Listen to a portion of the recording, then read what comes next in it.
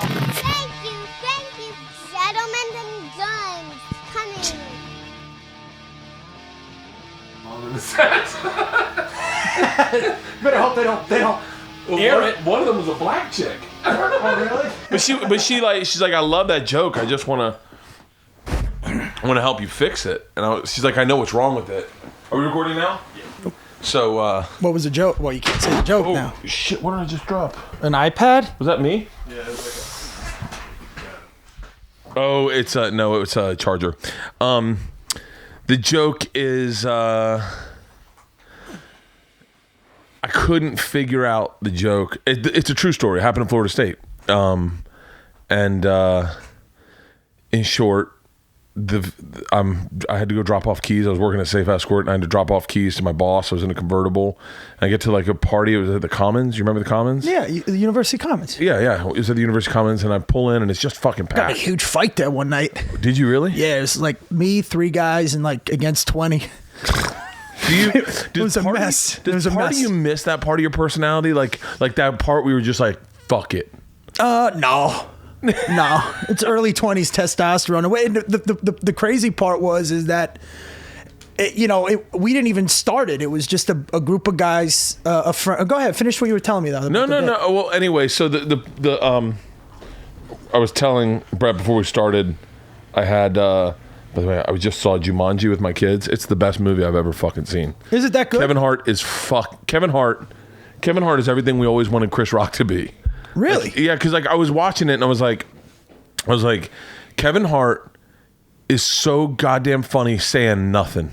Just saying nothing. Well, dude, I mean, we've been watching Kevin a long time, so yeah. I've known Kevin for probably 19 years. And I said something shitty to Jim Jeffries last night, but I didn't mean it shitty. I was trying to say how great his last special was, and what I loved about it is part of what is helping me sculpt this next one. We're going to talk about your special in a second. I'm all over the fucking map right now. Did we start already? Yeah, we started. Oh, okay. Yeah, and so, but one of the things that but I said to him, I was like, I turned it on one to hate it, and it was so good. And Jim looked at me, and goes, "Why did you want to hate my special?" And I was like, "Oh, I don't know. Like that's what we all do. Like you turn it on, you wanted to go, it's not that great, but when you see a really good one, like even Sebastian's, when I first saw Sebastian's, I turned it on and I was like, yeah, it's a special. They always never turn out as good as you want them to. Yeah. And man, his first one fucking blew me away. But that's how I think a special should be. Anyway, back to the original story. Yeah, well, mine's not, so we don't want to. I only shot it in one take. That's all I had enough money for. Where did you shoot it? I'm kidding. At the Colony Theater in Burbank. Yeah. How many? How long have you been working on the material? At that time, because this thing was, well, go ahead. We'll get to that. Okay, yeah. So anyway. Kevin Hart, we're all over the place. Kevin Hart's amazing. He is so fucking amazing. He made that. Him and Jack Black. The Rock is like, I'm obsessed with The Rock. Yeah. And even though he went to Miami. Take it easy. The you, baby, all day. You know I'm a you guy. The girl, yeah, of course, because you grew up down there. You fucking went to school up at Florida State, but you're still a you guy. I went to TCC for 7 years. So Kevin Hart is such an amazing talent. Like I remember I was thinking about this in the movie. I was like, I remember when Chris Rock was in that Mel Gibson movie with he was like I think he was in one of the Lethal Weapons. Was he? Oh yeah, he was a valet or something, right? No, that was Beverly Hills Cop. Oh yeah, okay. But I was like, oh, because his special just came out. And I was like, oh, he's gonna fucking destroy. But he never it took him a while to find his voice as an actor. Yeah. And for some people it's the opposite. Some people are great actors and horrible comics. Some people are great comics and horrible actors. Kevin Hart is a great comic and a great actor. He is so that movie is my favorite movie I've seen all fucking year. You know who's a great actor too is Bert. Dude, Burr's a great actor. Yeah, he is, man. Yeah. Burr and Kevin Hart were supposed to do a series for Comedy Central. Yeah, years ago, right? 2-3 years ago, 4 years ago. So anyway, way back to the original story I was telling. So I'm dropping the keys off at the University Commons. I pull up, and there's a massive fucking party. What year is this? This is probably 94. God, man, I might have been up there. Yeah, probably. And I pull in, and it's fucking packed. This is the joke I was telling last night that I was like, oh fuck. And so I go to think like I'll know someone and tell someone, hey, watch my car while I run up, or just, hey, can you run these keys up to Cheese? The guy's name is Cheese. And I don't know anyone at the party, which is so odd because I've been there to school for so long that I figured I'd know someone. It was my friend's party. I didn't know anybody. I didn't know a soul. And I went, who are these? Like, and so I go, all right, fuck it. I'll just go home and I'll drop them off in the morning. And I pull around. There's a big loop of a place. And on the other side, the complete opposite side of the Commons is an equally big, if not bigger, party of FAMU students, all black. And by the way, this is hard to explain to kids these days, but there was a time where, and especially at Florida State, it was a little segregated. Like where it wasn't just this fucking like this mishmash of black and white. It was like black parties and white parties. And it was like during the Rodney King times and the O.J. Simpson times. And I'm in a fucking convertible blaring Pearl Jam. And I pull into Black Party and it's a traffic jam. And there's like 9 cars in front of me. And then all of a sudden 4 cars go. And then 4 cars, I'm like, oh, we're going through pretty quickly. And then the car in front of me stops in the center of the party. And I'm in the center of a fucking full FAMU party. And I got 5 dudes staring at me. I'm in a convertible. And they're just mad dogging me. And I just hear them just talking about me, but I'm not looking at them. And they're like, yo, white boy, you scared? And I'm like, I'm terrified, but I'm not going to tell you that.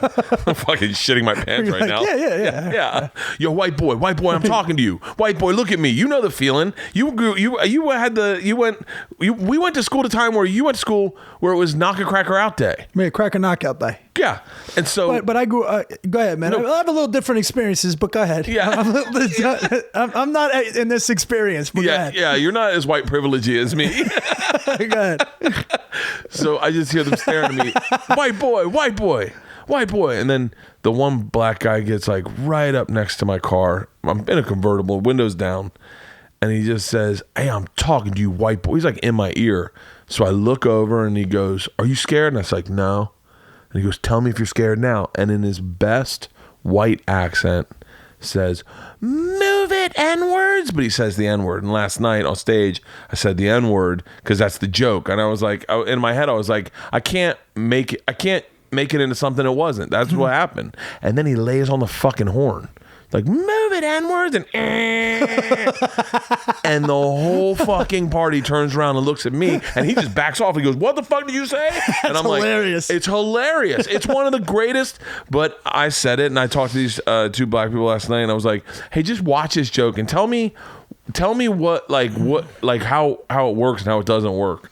And so, anyway, I had a really great conversation with one of the chick. I forget her name. I'm sorry if I forgot your name, and so I think I figured it out. I'm going to try it a different way. Well, can I be honest with you? I mean, you might not want to say that, the N-word, just the fact that you go and then stop. Yeah. Or, I was trying to think of 9 different ways not to say the word, and man, that's why it's working out. That's why you try it 9 different ways. Yeah, that's the one thing I love. People don't get that sometimes. That's why comics are always in trouble. It's a work in progress. You know, everything is. Yeah, it's always, every time you're on stage is a work in progress.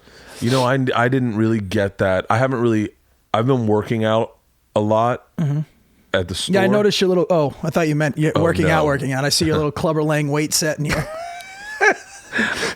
Your little 1920s dumbbell barbell over there leaning up against the wall. But I've been working out a lot on stage lately, and it wasn't until last night where I went back to the old format of doing 4 spots a night where you jump around town and just bang out. Yeah. And then I was like, last night I got it, and I was like, oh, I'm not doing enough of that. Like, if I want this hour to be good, I got to jump up 4 times a night. I got to be doing that at least once a week, because I'm doing weekends too.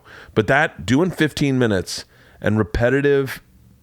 Well, there's something to it, because when you're doing an hour, and you're trying to fit in a bit, you could sell it better in an hour than you can if you're doing a bit in 15 minutes. Yeah. So what makes that 15 minutes so valuable is you're forced to really sell it. You know what I mean? Yeah. And sometimes I used to open with a new bit just to get that what's the word I'm looking for? The oomph behind. Like, you have to sell it. You can't, you want to open strong or even close with a new bit just to try and put that tenacity behind it. You know what I mean? To try and sell it. And like I said, if it works, it works. If it doesn't, eventually what's funny. Yeah. So eventually, whether it's a week from now, a month from now, the thing will be funny. But you know what I realized last night? You get last night I got 4 opportunities to have an opening bit.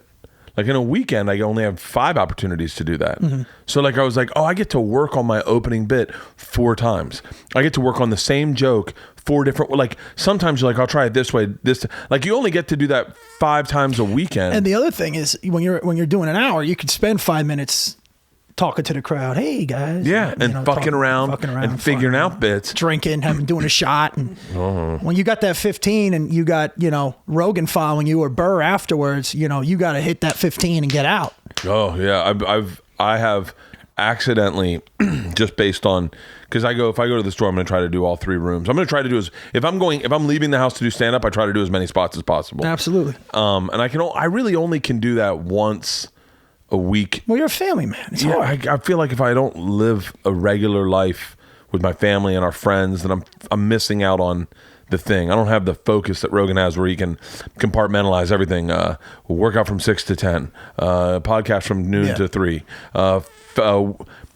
deprivation tank from, and then be at the store from 9 to 10:30 and then back home, I don't have that focus. I'm like all over the fucking map. We're also, it does take some discipline, but also too, it just depends on your creative process.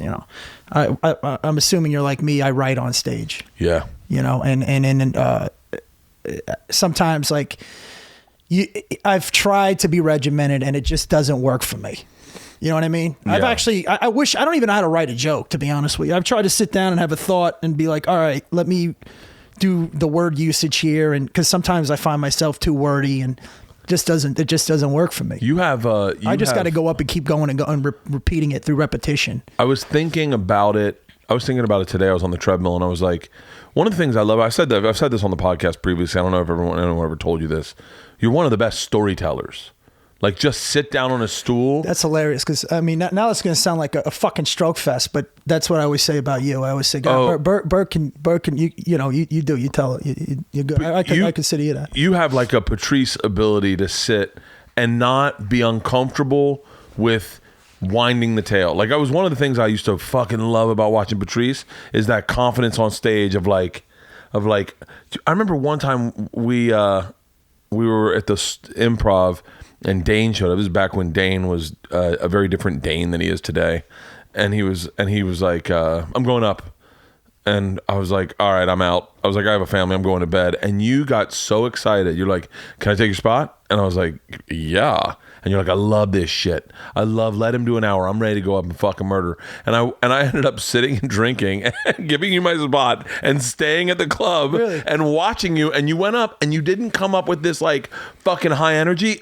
You came up and owned it and just fucking, you were like, I remember you sitting back on the stool. I think you had like a Budweiser with you or something. And you just fucking rolled right into it. And I was like, oh my God, that's like, it reminded me of Patrice. I was back when Patrice was still alive too. So it was like, there was nothing special about it because it reminded me of Patrice. And I was like, but now in hindsight, you go, oh fuck. And I was just saying that to someone the other day. I go, Sebastian is this like, because Sebastian and you were close and Patrice and Kevin Hart were close.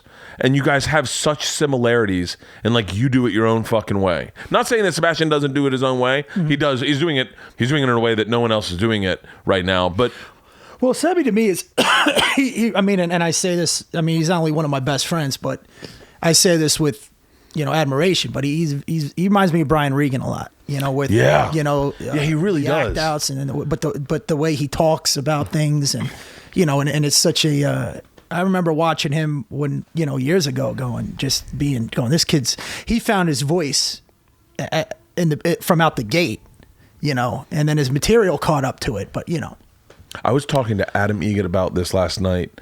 There's something about the store that for some reason, I believe it facilitates comics talking about their dads. Like one of my favorite bits ever is Freddie Soto talking about his dad. Oh, if I was one of your buddies, drinking beers and smoking. Well, it's funny you said that because about Freddie, what I was going to say, when I first started at the store, I used to watch Freddie, and Freddie had this unique way of just regardless of who went up, regardless of who went up before him, of just taking that and owning it, now it's his time. Dude, that's one of the most amazing things about the stories I watched. Well, I'll tell you why again. Go ahead. Why? No. Tell me why. There's no host. So there's no MC. Yeah. So you're bringing me up. Chris Rock's bringing me up. I'm bringing up, Ron White, whoever's next. Yeah. So when you're in that, especially the OR, when you're in that OR, no one can. I know sometimes I get inside baseball about comedy. I feel like all I do is talk about comedy, but I feel like it's your passion. It's why I have no fucking hobbies. I keep wanting to start a hobby, but I just love fucking comedy. Like I can't explain. And drinking. Yeah. I can't explain the OR to anyone who doesn't. How do you've been at the store much longer than I have. What is that energy? I have an analogy, but I don't know. Well, all right. There's a, I don't know if it's a wise tale, whatever, but I don't even know, whatever the fuck it's called. Urban legend or something. But Peter Luger's Steakhouse in Brooklyn, people have said that they haven't washed the pan. It's a cast iron pan, right? Ooh. And over 50, 60 years. And the reason why is that, you wipe it out, but you don't wash it. And it's just got all of this flavor in it. And when it heats up to a certain amount, all the disease is dead. It kills whatever bacteria was in there.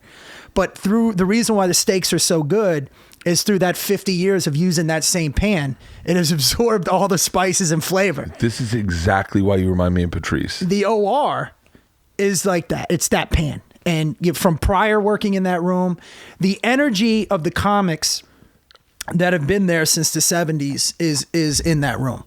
And the other thing is Mitzi had a lot to do with that. If you ever go to the Comedy Store, look under the ticket booth, what it says? It was for the potluck comics, but it was written in the 70s. And it says, you don't have 3 minutes to be funny. You have 3 minutes to be who you are. And the store, when you first get there, and Mitzi always encouraged this, if she saw you killing with the same material, you wouldn't get spots. Yeah. Right? She loved when people were getting personal. And when you talk about everybody has intrusive thoughts. Everybody has fucked up thoughts. Yeah. Fucked up upbringings. When you start delving into that world, the store encourages that. Yeah. But there is a level of dysfunction. Every comic's dysfunctional, but there is that dysfunctional energy that permeates in that room, and you feel it. You want to contribute to it or be a part of it, and I just think it's that energy that's been there since the 70s. That's such a great fucking analogy. It's the pan. It's such a Guido, and it's the fucking cooking pan in Peter Luger's. Well, it is an interesting place that does force you. It forces you into the moment so quickly because so many tricks. There are tricks that work there that are OR tricks I see people doing. But then there's there's tricks of like, oh, this is also how this room works is you've got to be quick on your toes. You've got to be in the moment. The other thing, and go ahead. Keep going. I'd rather hear you say it. The other part that I was going to say is that 9 out of 10 times the comic that's bringing you up is a friend. Yeah. And there's some ball breaking that goes on. But the other thing is, and this is the other thing that I've kind of noticed about the store, the audience is the guest. So it's like that room belongs to the comics, if that makes any sense. Usually when you go to a comedy club, you're only there 1 week and that's it. And you'll be back 9 to 18 months later. Yeah. But that comedy store, that comedy club belongs to the comics. So you're a guest in our house. So we have the freedom. Yeah. If you don't like it, we're not losing stage time. We're not getting fired. We're only making $15. Yeah. You're in our home, and this is our clubhouse, and this is our this is Yankee Stadium. This is Texas Stadium, whatever, Great Field, Lambeau Field. This is that's what this is. So welcome to our home. Have a seat. You're going to hear some fucked up shit. If you don't like it, feel free to leave. There'll be somebody to fill your seat because we go from 9 to 2 a.m. and come watch us work. And if we, it's our house. Yeah. And the comics, I mean, I've been there since 99 when it was dead. It was just pretty much Rogan and Dice, Eddie Griffin. There was nobody in the audience. I would love to have watched Eddie Griffin work. I mean, I'll be honest with you, it's 4 hours, but yeah. But I'm saying is that Pryor worked out his specials on that stage. It's a comics club. There's a difference. I think there's also a difference in the guys who all you guys who came up through the store. There's a definite difference I see in my how long act. you been doing it? 19 years. So I'm 20. Yeah, 19 years. Really? Yeah. Started on my 26th birthday. I'm 45. Graduated Florida State at 25, moved to New York, did an open mic, but didn't do stand up for like 7 months. And then on my 26th birthday, my dad said, you're a tremendous piece of shit. I'm let down on you. He really he called me in the morning. I thought he was going to wish me happy birthday. I was like, awesome. I was like, I'll bang out this call real quick, go back to sleep. I've been drinking all night. It's like 8 in the morning. I was like, hey, what's up? Like, happy birthday, whatever, hang up. You are a tremendous piece of shit. I'm fucking so embarrassed by you. I perjured myself in court today. I guess he was in court and the judge was like, Miss Kreischer, how's your son doing? Up in New York. And my dad's like, fine. And my dad goes, I perjured myself. I should have been honest. I was in court. I was under oath. And I was like, and then that night. Let me ask you a question though. Your family was very, I guess your dad was very successful? Not until I graduated college. Well, the reason why I'm asking that is because, a lot of people look at kids like myself that, you grew up kind of with not much. Yeah. But I think that's an advantage, Like I don't have a father telling me I'm a I don't have one.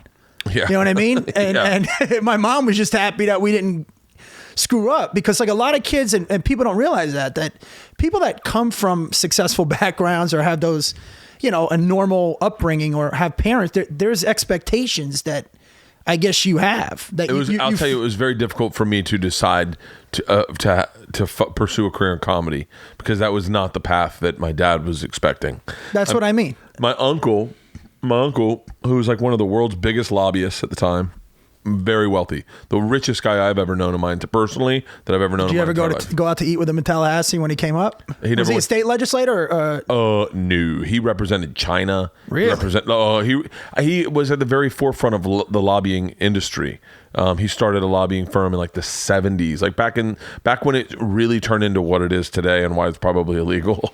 But he just invested money, and that article came out, the Rolling Stone article, and he said, I'm going to fly down to Naples. I'm going to fly you down to Naples. I want you to come down. We're going to have dinner a couple times, and we're going to talk about your future. And me and him were sitting in... Is that your mom's brother? My dad's uncle. It's my dad's uncle. Oh, okay. So it's my grandmother's brother, but he's my dad's, a little older than my dad. Now, your grandfather put pressure on your father? My grandfather died when my dad was when my dad was 13. So my you can dad, see maybe why you thought you were a jerk off. Oh, dude, and that's what, to go back to the store. I don't mean to be a dick. I'm just saying. No, 100%. Not to go back to the store, but like, I told a lark joke about my dad on stage, and Adam Egget came up to me and he goes, "I love that joke," and I was like, "Really?" Last night, I'm in the OR doing all jokes about my dad and my mom, which I would never is so far away from what I ever planned on talking about. That means you're evolving as a comic. I mean, I like a diversified portfolio. Like my first half hour was just me going clubbing, and then I made an analogy. I did the analogy about the America going into a bar. Which, by the way, somebody accused me of stealing that from Colin Quinn. I says, what are you talking about? I didn't know Colin. I guess Colin closed with that in one of his specials. By the way... But I'm saying I shot that I wrote that in 2007 and shot it in 2009 and it aired in 2010. But that's one of the things that I'm evolving as a comic in the sense that I said to myself... By the way, I took it as a compliment because I think Colin's fucking great. Whenever someone's like, someone's got a joke similar to that, I was like, oh, okay. Cool. I'm writing in the right direction. Yeah. Yeah, I'm never going to steal. That's not my thing is to steal. But I think the other thing the store's done, I don't know what we were talking about our parents, but...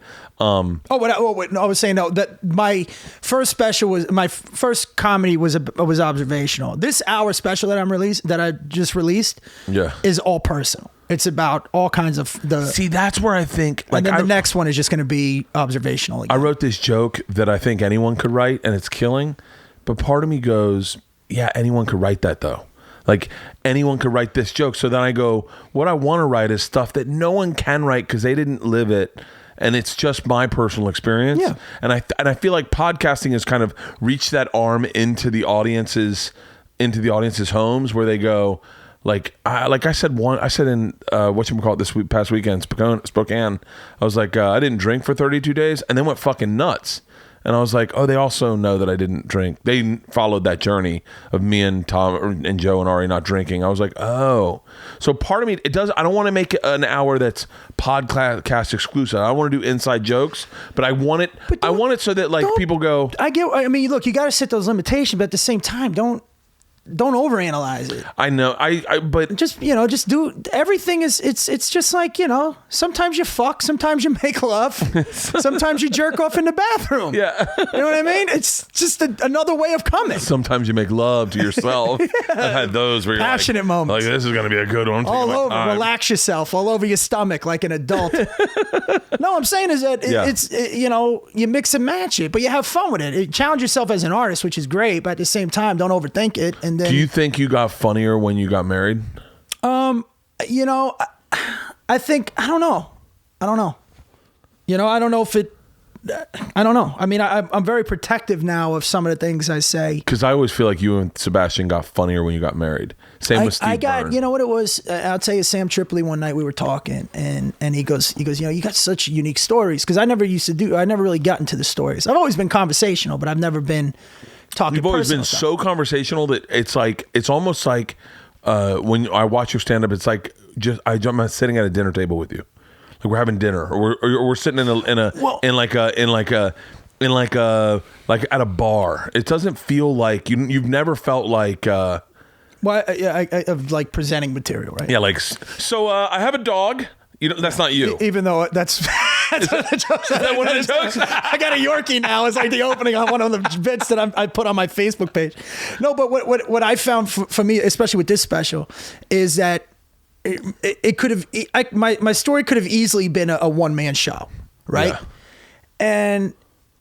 But also I tried to do a one-man show in a stand-up format, if that makes any sense. Yeah. Where like, because a lot of people had a couple people that helped me work on this. Then I have a couple of eyes that were like writers. Like I know Neil Brennan helped me with, a couple of the editing with it and suggestions. And I gave it to a couple other people. And a lot of my actor friends, more established, were like, dude, this could be a one-man show. Yeah. But I'm like, I know, but that would be easier than doing it in a stand-up format. Yeah.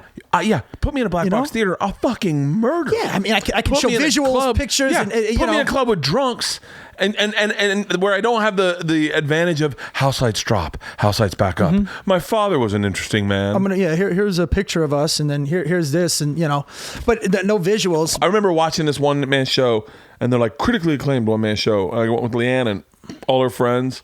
And I was like bored out of my fucking mind. And they're like, that was phenomenal. I go, was it though? Like, was it? Because in where I perform, it wouldn't fucking move the needle. Yeah, well, that was the difficulty of it. That's why I kind of fell off for a little bit. Like I was trying to develop this personal story in a stand-up format. And that's just, it was pretty hard. And the thing that sucks is that now, it's so more evolved from when I shot it. Yeah, that's the thing that sucks. Even dude, I did it in one take. I had enough money for one take. So wait, how did you? And I'm like, if I could do it all over again, I would add to it more, which I've been adding to it, on the road. And that's the other thing I always tell people: stand up is better live. It's always better live. Yeah, just being in the moment and hearing it, and it's always better live. What was the process from beginning to end? Did you like go, all right, I'm ready to shoot a special? I've been ready for a while. I get in my head, I overanalyze things sometimes too much. Dude, but it was very hard trying to make some of that shit funny. I remember because I do jokes about, not jokes, but you have to watch it to see it. And this is another reason why I gave it away for free. If you people want to watch it, just go to BretComedy.com and watch it for free. I gave it away. I feel like I have so many. I took a beating on it, but I'm like, you know what? Go ahead. I'm sorry. No. But I feel like that's the next move. I mean, it was not a calculated move in the beginning. It just became something that I felt during the process. I'm like, all right, look, now we're here. All right, when I was and just summing this up, but years ago, I had a garage sale with an ex-girlfriend of mine, and we had these baseball hats that she had gotten. She worked for a sports team, so we had these baseball hats, and we were going to sell them. We had like 20 of them. And I was selling them for $1 a piece. And this woman came up to me and she's like, look, I'll give you $0.25 for each hat. I'm like, no, it's $1. $1's cheap enough, you know? And then she was like, well, I'll give you 50 cents. I said, listen, it's $1. I'm not moving on this. What am I going to do with $0.25 anyways? You know what I mean? Yeah. I'm not going to use a payphone. So she started lecturing me about, yard sales, like the ethics in yard sales or whatever. Yeah. Anyways, she was just so annoying that I took the hats and I just ripped them up in front of her and said, I'd rather rip these than give them to you for $0.25. Yeah. That was part of the rationale of me putting the special out for free. Yeah. You know what I mean? I would rather put this out for free, own it, kind of do it the way I wanted to do it, you know? And I've always had this idea because, look, as an artist, you could control the content and the delivery of it. And, you know, the next one, I don't know if I do it this way. I don't know. I mean, I just put it out on Thursday. You know? Really? Yeah. And if you're listening, just go to BretComedy.com. You know, I don't mean to make this a gratuitous No. pitch. That's well, I think I've always been like, I feel like a lot of guys that I've had come on recently have just been like, you know, I shot my own shit and I just put it out. Well, here's the thing. I don't need anybody's permission to exist in this business. I don't need it. Yeah. You know, I do okay on the road now. You know, I mean, I'm more proud of the way other comics view me. You know what I mean? Like having respect for my peers. Dude. And you know, it's just one of those things where like I don't need it. I could just do it, put it out. Yeah. And the thing is, if you can watch it, if you go watch it, you just go to the site and hit play, watch it for free. There's a place to give me your email. I'm not going to force you to give me your email. If you want to give it to me, give it to me. You can own it for $5. Or buy a t-shirt and own it. But at the end of the day, you don't have to do any of that. You can just watch it. Yeah. Just go to BretComedy.com and watch it. And you know, it's good. I think if I shot it now, it could be better. Yeah. But it is what it is, but it's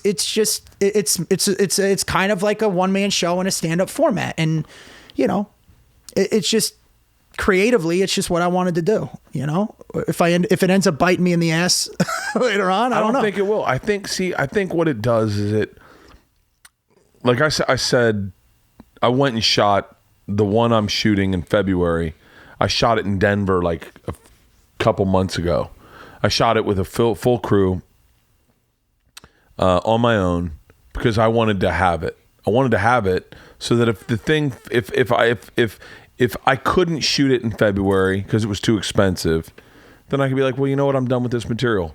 It's time to move forward, and then release it for free and go. It's time to, because I can't go into a market twice with the same act. I just feel like I get bored of the act after 18 months. And you also feel like you're jipping people. Yeah. And creatively, I don't want to keep repeating myself. Oh, dude, it's one of the fucking like. Sam Kinison said that. He said one of the talents of stand up is repeating that same joke over and over again with the same enthusiasm. With the same enthusiasm, like you know.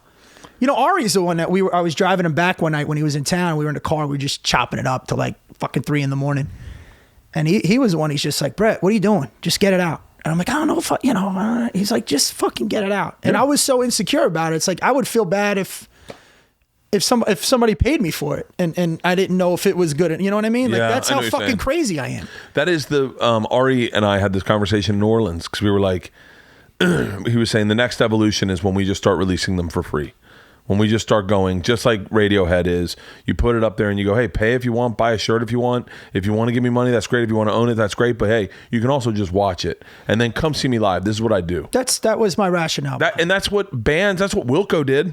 Wilco did it with their first album, Yankee Hotel Foxtrot. I don't Wasn't know. their first album, obviously. Everyone I know Wilco. I don't even know Wilco. I don't know. Oh my God. I don't know any bands. So Wilco did. This is if it's before 95, after 95, I'm done.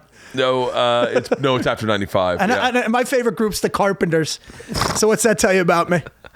Wilco And Jodeci came in and had a big studio deal, and they wrote Yankee Hotel Foxtrot, and it was their and they were doing a documentary about the writing process, about how they were writing it. There was infighting in the band, and then halfway through, they gave the album to the label, and the label's like, this isn't what we want. And so then Wilco said, can we get it back then? And they're like, yeah. And if I'm not mistaken, I could be a little mistaken, it's been a while since I saw the documentary, but Wilco just released it and said, we're just going to release it ourselves. I hope you guys like it. And it got so popular that someone came in and said, we'd like to buy that. And so they sold it twice and made a ton of money, and it changed their entire trajectory of their career. I think it'll take one of us to break that nut where we start putting it out ourselves. I always say, well, dude, I'll take the hit. Yeah. I mean, I'm literally, because I know people that have done it themselves but are still charging for it. I don't know any comic that's put, some money into a special and just gave it away. You're the first one I know that has straight up. Am I right, Halston? We haven't had anyone that's done that, right? Did it for free? Did it for free and released it for free. Usually it's all through iTunes. Well, I mean, look, and people want to recoup the money, and I totally get that. Well, I had some Mickey Mouse offers in the beginning, and I was like, that's the other thing. This was my other thing. I didn't want to move it up the chain because A, if somebody wanted to buy it, I may not do this. Yeah. And B, if nobody wanted to buy it, I don't want people that I did it because I had to. Yeah. So the ignorance part of that, it would have affected my decision. This has been Ari's. Ari was up my ass in New Orleans about put it out for free. Just put it out for free. Put it out for free. Put it out for free. Like he's like, you already shot it. It's already the material. Just put it out. Put it out. You know what, Bert? What happened with me in the beginning is that I put some money into this. Yeah. And of course you're nervous because you don't want to lose that nut, Yeah. And by the way, the shooting isn't even where the money is. It's in the editing and the colorization and the mixing of the sound, and I designed the set. I wrote, the sketches up front, all that stuff. I kind of did it as an homage. It's called Principal's Office. It's mostly jokes about me being a juvenile delinquent a little bit. It's an homage to you. It's an homage. But then when I feel like if I called mine alcoholic. But then, after a while, you're like, all right, I hope, let's see what happens. And then during the process, because it's so long, I started recouping the money. Like I was so afraid. And then I'm like, all right, I took the hit. You know what I mean? And I survived it. I got a little bit of a credit card debt, but I'm fine. Yeah. And then my decision, I always thought about doing this, and it's just, I'm like, I don't know. My gut was like, just do it. Dude, I was talking to my buddy the other day, and I don't know how much I've said on this podcast or not said on this podcast about this subject, but I wrote a script. My buddy's a really big TV producer, like maybe arguably one of the biggest right now. By the way, you're involved in this scenario too later on after you tell this story. But okay. Because remember I called you about the movie? Oh, yeah. So go ahead. So I said, I wrote a script. I gave it to my wife. She read it and she loved it, which is odd because Leanne doesn't like what I write. Like I wrote a whole book. I mean, maybe she liked one chapter of it. And she was like, this is good. But it's when I give her the script, she's like, this is fucking hilarious. It's really fucking funny. So I sent it to my buddy and I go, hey, I have a deal with him to do a sitcom. And it's been an outstanding deal for like 3 years. I want to say we've been working on this. We've hired writers. The writers have come in. We've written scripts. And my buddy is going to pay for the deficit fund it and pay for it, and then we'll shoot it and then we'll sell it. And if we don't sell it, we'll do whatever. He came over the other night. We were drinking, and he was like, how much do you care about money? And I for some reason, just recently, I started going, It's not that I don't care, but I don't mind spending money to make something. Like when we started doing this, upgraded this podcast, I upgraded, I got new mics, got Halston, have him posting everything. Everything comes out on time, and it made me exponentially fucking happier. Like it took such a weight off my shoulders that all I had to do was text you and go, what time? Be here at 8, yeah. Yeah, 8? All right, cool. 8:30, and just text Halston. It made my life so much easier. My buddy's like, bro, I can get us crews. I can get us this. I can get us that. I can get us everything for really cheap. If he goes, me and you will go in, we'll split it, and let's just make it. He's like, wouldn't it be fun to make something? And I was like, yeah. And he's like, it's not going to be a ton of money. It's not going to be as much money as you think. He goes, let's just me and you split the cost. We'll make it. We'll own it, and we'll just release it. And if you want, maybe we'll get a sponsor like you do on your podcast, and we'll just make 10 of them and we'll release them once a month. Or we'll make 12 of them and release them in 12 weeks. But who knows? He goes, it doesn't matter. You can do whatever the fuck you want now. You can. And I was like, how cool would it be to make a TV show, make a series that looks like a TV show? My buddy does Broad City, fucking Inside Amy Schumer. He did Louis. He's doing the new Roseanne. Like and so I was like, yeah, let's just fucking do it. Look, man, everybody loves shitting on millennials. I don't. Yeah, I don't have a problem with millennials. Well, here's why.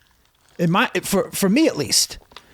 People that own businesses like millennials suck. We all suck. Number one. After the World War II generation, everything starts to go fucking downhill. Dude, those are men that went to war. And we're like, that's my responsibility. I'm just saying, everybody sucks. Yeah. Gen X sucks. Gen Y sucks. Baby boomers, like, what do you want? Your third fucking marriage? Yeah. Oh, if you're gonna compare, thanks for cocaine and AIDS. If you're gonna take, thanks for buying houses you didn't need and flipping them for profit so nobody can live like a human being. Yeah. You know what I mean? And now, yeah. But go ahead. No, just saying. Yeah, it's true. So, but here's what's great about millennials. I am much closer to a 13-year-old boy right now than I'll ever be to my grandfather. Absolutely. My grandfather stormed the beach of Normandy and came home and got a job selling toys on the road. Didn't have a dream attached to it. Just said, I got to pay rent. My son wants a baseball my glove. Uncle John. That's it. My Uncle Johnny used to brag about being a caterer. Like they had so much pride in their work. And my grandfather was driving trucks at 11. Dude. I'm sorry. Keep going. The point is that although I do fucking hate hipsters, you're all douchebags. If you're listening, I don't like any of you. You're just rich white kids that move into bad neighborhoods and act like you're from the neighborhood, and then you ruin the bad neighborhood.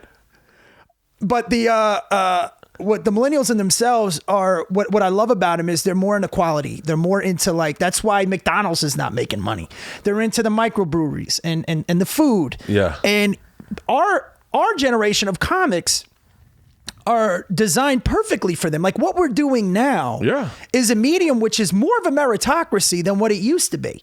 It wasn't always like this. No. There was a stigma if you hosted a TV show. When I started, there was a stigma if you took a job as a host. There was a stigma if you took a job as an actor on sitcoms. But just imagine, right? Absolutely. Yeah. That's the other thing we were saying is that, and now with us, what makes it great is that there's no real gatekeepers. That right now, this podcast world, everything that we're doing is online, is perfect for comics that have been doing it for 15 to 20 to 30 years, because now these kids are actually choosing who they like. They're going to shows. They like, quality things. And if they don't like you, that's even fine too. But you understand what I'm saying? It's not like back in the day where when we first started, you audition for this person. You need this person to like you. If this person likes you, then you go see this person. Don't do this. Don't say this. Don't do this. Jump through this hoop. Okay. We sold your show. We're not going to let you write it. We're going to pair you with a writer. And that guy doesn't even know you, and he's got a deal, and then he's going to write something that has nothing to do with you, and then hopefully that'll get picked up, and there was this fucking monkey dance that you had to do, dude. And now you could just do comedy. We can let you probably have people listening just that are interested into the quality of what people are saying, and that's what I love about the young. Dance anymore. There's no monkey. You don't need to. And if you didn't do it in the past, that's a reason why you weren't at where you were at. Patrice O'Neal wouldn't do the monkey dance. No. He to the point where Chris Rock, there's a really great I danced a little bit, but I stopped dancing. I've been dancing. I danced for 18 years. Well, you know what? The other thing that drove me nuts too is that I'm a free thinker. Okay. Yeah. I'm a free thinker. I don't have political affiliations. I don't care. I'm not in a groupthink mentality. I don't subscribe to an ideology. I love all kinds of people, right? Yeah. I more care about people and issues. That's it.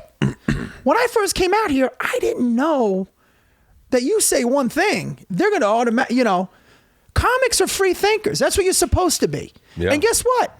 Your opinion 5 years ago could change. As an adult, your ideologies can grow. You can change your mind. All kinds of great things. That's what makes stand-up great. I think Chappelle has something written at the wall in Philly. He's like, something, just say it. If whatever you believe, just fucking say it. Yeah. And that's what makes comedy comics. If you happen to not be that type of dude and you keep it, a certain way because that's who you are, that's beautiful. If you happen to be edgy and you say things a certain way, that's beautiful. As long as you're staying true to who you are. Yeah. Now I'm noticing a lot of everybody thinks they're fucking Carlin. Everybody's political now. Everybody is making statements that are just, I don't even know what the fuck is going on. You know what I mean? Yeah. I feel like there is a lot of agenda comedy. It's just like, all right, whatever. If that's what you want to do, that's what you choose to do. But at the end of the day, I just want to just tell my story, my observations. Yeah. That's it. Like today, I was walking by their building. And we can do that now. We couldn't do it 15 years ago. Right. When we first started, I remember. And that's because of millennials. Yeah. If you think about it. Supporting this medium. You know what I mean? I constantly think about but hipsters all the people I don't need in the business now. Like I think about that all the time, about all the people I needed. I remember a real helpless feeling when I first started going like I wish I could meet more people. Like I was always really jealous of like guys like I'm going to say a name and this might not be accurate. And I'm not talking shit about him. I think first of all, I think he's hilarious. I think he's a very sweet guy, but he's an example, as is Ari and Tom Segura, by the way. I could use their names very easily, interchangeably. And by the way, Ari never bent over. Tom never bent over. No. What I'm about to say is the opposite. Not the opposite, but different observation.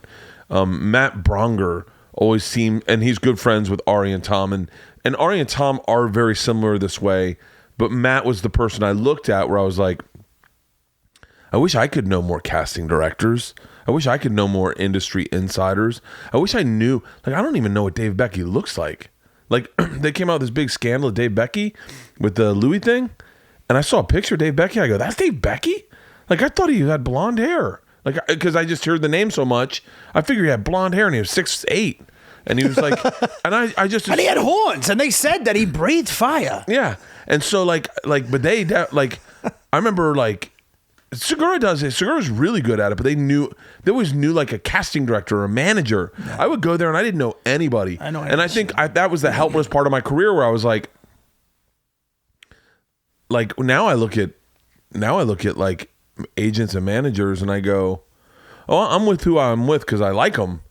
I like them because they work friendly in my life. Like I don't have to do anything other than just like if I don't reply to emails, they know to call my wife. Like I like what I got, but I remember when I was younger, I remember going, I wish I had more people in my corner. It's basically being a small business owner and owning your own company or having a board of directors.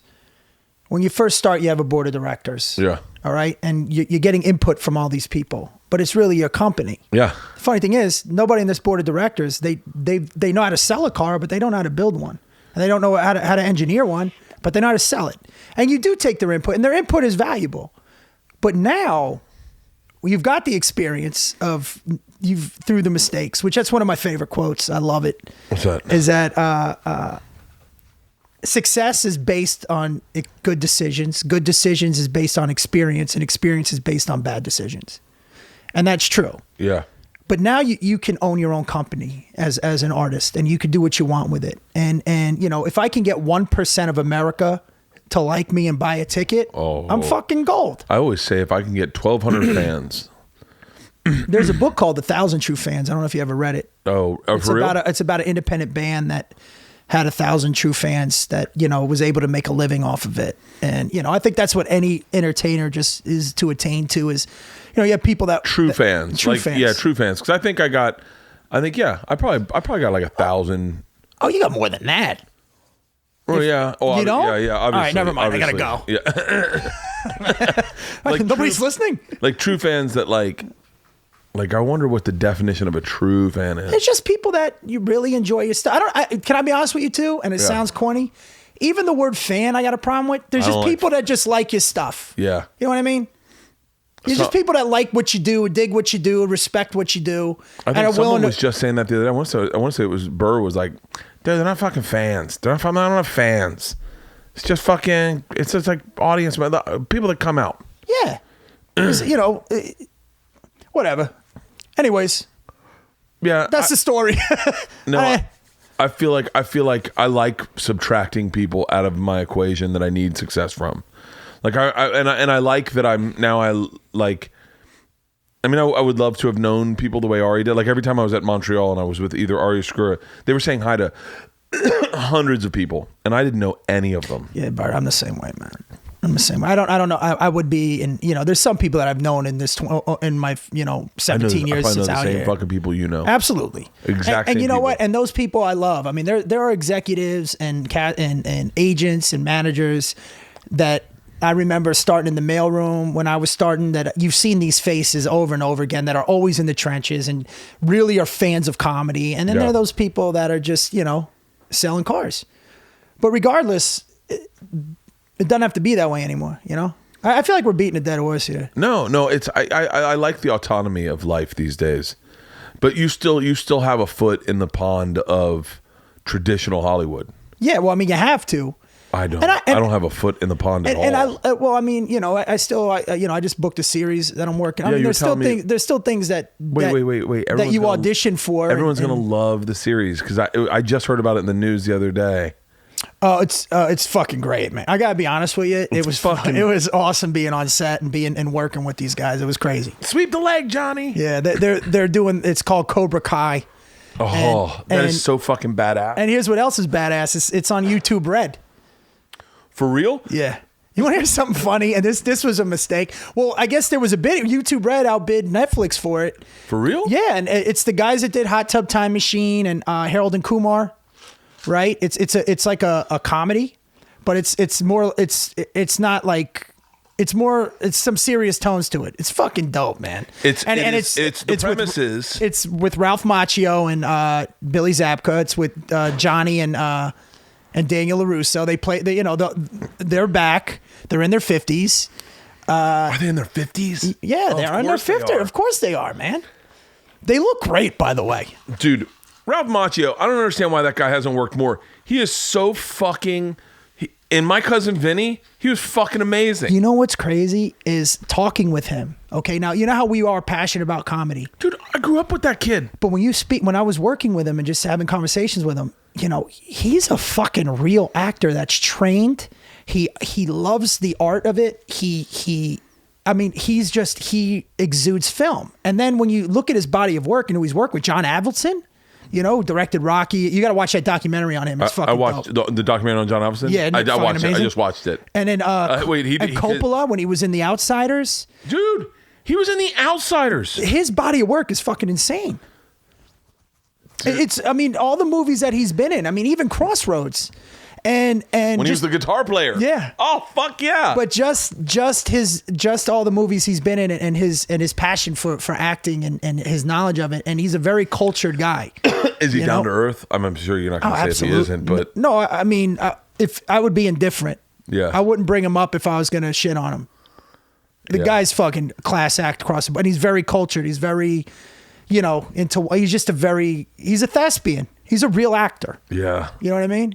And just because his last name's Macchio, everybody always assumes he's going to be like me, or even though my last name's Ernst. I'm only half a Guido, but no, he's a really, it was so awesome working with somebody that was just so knowledgeable and experienced and passionate about film, and like this guy could tell you any director, writers, the actors. It was really cool, man, and it was like being around comics. Where did you see The Karate Kid the first time? I was in New Jersey. Wait, tell me the story. I have a good story about seeing The Karate Kid. Do you remember? Yeah, my mom took us, and the funny part is I'm a LaRusso on the show, And on the new show. On the new show, yeah. And I go to the family dinner. I'll show you the picture afterwards. But my mom was a single mom. And Mrs. LaRusso in The Karate Kid always reminded me of my mom. She was the same way, a little, you know, when they're like, nice car, Miss LaRusso, she's like, hi, boys, you know, with that Jersey girl accent. And, oh, are those your friends? Like, my mom was always like that. And, you know. And you have a little bit of that exact same displacement of going from the north down to the south. Pretty much. And we moved around. I went to 15 schools, one high school. I was always moving. God, you know, damn. And then my mom, you know, I was raised mostly by a single mom. I had a stepfather later on who, you know, I really loved. He was such a great guy. But you know, there was a lot of similarities. There's a lot of things that I always related to that movie. So, but anyways, yeah, it was just, and then I worked with him on Beer League because I was in Artie's movie Beer League, and then he was in that. And the one scene I'm in, I go to fight Artie, and then he broke it up, and then he remembered me from that, believe it or not, when we started talking. Really? And you know, when it comes out, I would say get YouTube Red. Oh, that's what I want to tell you. I said to my mom, it's on YouTube Red. Guess what she told somebody? It's on RedTube. Oh my God. And only guys laugh about that. And my mom kept going, it's on RedTube. And I'm like, Ma, it's YouTube Red. And then, but she's telling her friends. Yeah. Right? Get RedTube. Get RedTube. RedTube.com. If it's not there, go to Pornhub. Dude, isn't that fucking hilarious? Try Mom, what are you doing? That's a porn network. Oh my God, that's fucking hilarious. Isn't that hilarious? She just fucking. I think I have YouTube Red. I do. Dude, okay. they're going at they have some strong stuff coming up, man. And there's a lot of, you know, they're making a play. That's the other thing. I love the streaming services because of the opportunities for all the shows that are going to be happening. You know, the only problem I have with YouTube sometimes is the idea that these creators who have big followings can create good content. So a lot of their creators. But you do know, I agree. But there's a trial and error on that too. I mean, the smoke, it'll always filter and it'll always evolve itself out. But because of that, those types of guys is the reason why, you know, we're able to get traction. Oh yeah, you know what I'm saying? So I think it's a necessary thing, and you know, if they can make their money, God bless them. I come from the philosophy that whatever somebody else has nothing to do with me. I don't. It's really good philosophy. You know what I'm saying? Like because you own a home doesn't mean that I'm not. Yeah. You follow what I'm saying? Whatever somebody has that's on them. God bless them. I said that the other day, or we were in the car today. We were talking about female comics. And Isla goes, what's wrong with female comics? In the car. I go, nothing. She goes, do you like them? I go, yeah. She goes, do you like them more than male comics? I said, maybe. She goes, why? I go, because there's no competition. Like, I'm never going to be able to do. Do you view stand-up as a competition? Yes or no? Like, do you look at what somebody else has and say, God... Or look, no, I know there's no jealousy. Yeah, it's not no jealousy, but I do look at some people. It's a gauge. So do you gauge yourself through other people's success? Why don't you lay down on the couch so I can fucking start counseling you? I gauge myself based on other people's respect. Well, that's different. I don't care. I don't care about other That's people's not what success. I was asking. There's Okay. not like if someone's successful and comes up to me and goes, "Hey man, I think you're really funny." I go, "Oh, cool." I don't really respect what you do, but so like, in part of me, it's like, "Hey, okay." But if someone I respect says, "Hey man, great fucking set tonight. You were really fucking hilarious," then I go, "Yeah, that's." And my respect level has nothing to do with success, Right. But I meant like because there's a lot of people that I know. Like, I mean. I'm not mentioning names, but they're just blatant about it. It's like, why the fuck do you care? You know, Gerard Carmichael is really one of my closer friends in the business. You know, I've known him since when he first came out here, and I heard him talking one night, and you know that kid is on a whole other level when it comes to peace of mind. The kid just does what he wants to do. I don't know him. All I know is that my sister works for Fox, and when his show was on Fox. Was at a thing and he was talking about stand-up and she was listening or something and he was like, you like stand-up? And she's like, oh, my brother's a stand-up. He's like, oh, what's your brother's name? I've never met him ever. And so I know that he doesn't know me. But she goes, "Oh, Bert Kreischer," and he goes, "Oh, he's fucking hilarious." He didn't have to say that. He could have just been like, because he loves it. He loves all stand up. And the thing that, and he would say, and I agreed with him, is that there's not a limited number of seats. It's not like the table's infinite. It's like you're at a barbecue where everybody's invited. Whatever you bring to the barbecue, whatever you bring to the table, there's always a seat. Yeah, I'm not in competition with Jim Jeffries. Like we were talking about Jim Jeffries before we came back, and I was like, sitting with him last night. There's no competition between me and Jim Jeffries. There is I will watch him and get inspired to write more, or to get inspired to work harder. Same with Rogan. Rogan had a bit last night that was so fucking good that the second he got off, I was like, God. I said to him, going off stage, I was like, dude, that is a great fucking bit. Dude, that was my next thing. There are times I'll watch comics and be like, you get motivated. Oh, hell yeah. You're like, God damn it. As fuck. Yeah, you watch somebody, you're like, God damn. And you know. Last night, Tony Rock put a fucking fire under my ass. He had it was like watching him work a muscle on stage and being sincerely impressed and going, God damn, he's fucking great. He did this fucking bit that, you know how hard it must have been for him. Yeah, it's like being Michael Jordan's brother. I think everyone thinks he had it easy. No, fuck no. I always compare him and Neil Brennan because they were both in the shadow of two great stand-ups, legendary, iconic stand-ups. Yeah. Neil with Chappelle and Tony with his brother. Sherrod. For Tony, and again, he's a friend of mine. I love him. Yeah. For Tony to be as funny as he is and make his own thing, people, I agree with you. It's so much harder for them. It's the same comparison I made when you come from successful parents. You know what I mean? Yeah. And Neil with Dave. I mean, Neil's 3 mic special is fucking... It's one of the better specials I've seen. It's original. Yeah. And him as a comic in itself is just, I mean, the kid, there's so many comics that you watch that turn corners that you keep watching. I mean, I make jokes about Neil when I years ago, I used to call him Memento. Remember that movie? Yeah. Where the guy had to keep remembering shit like he was working in reverse. Yeah. I'm like, you know what? You're the executive producer on one of the top comedy shows. What's your goal, to do an open mic? You know what I mean? What the fuck are you doing? This is where everybody else wants to be. I wouldn't have done it. I wouldn't have done it if I was him. I would have just stayed in my lane. But not only is the career that they carved out impressive, but they're fucking great comics, man. You know what else turned corner? I saw Neil at the beginning of his career, of when he started getting into stand-up.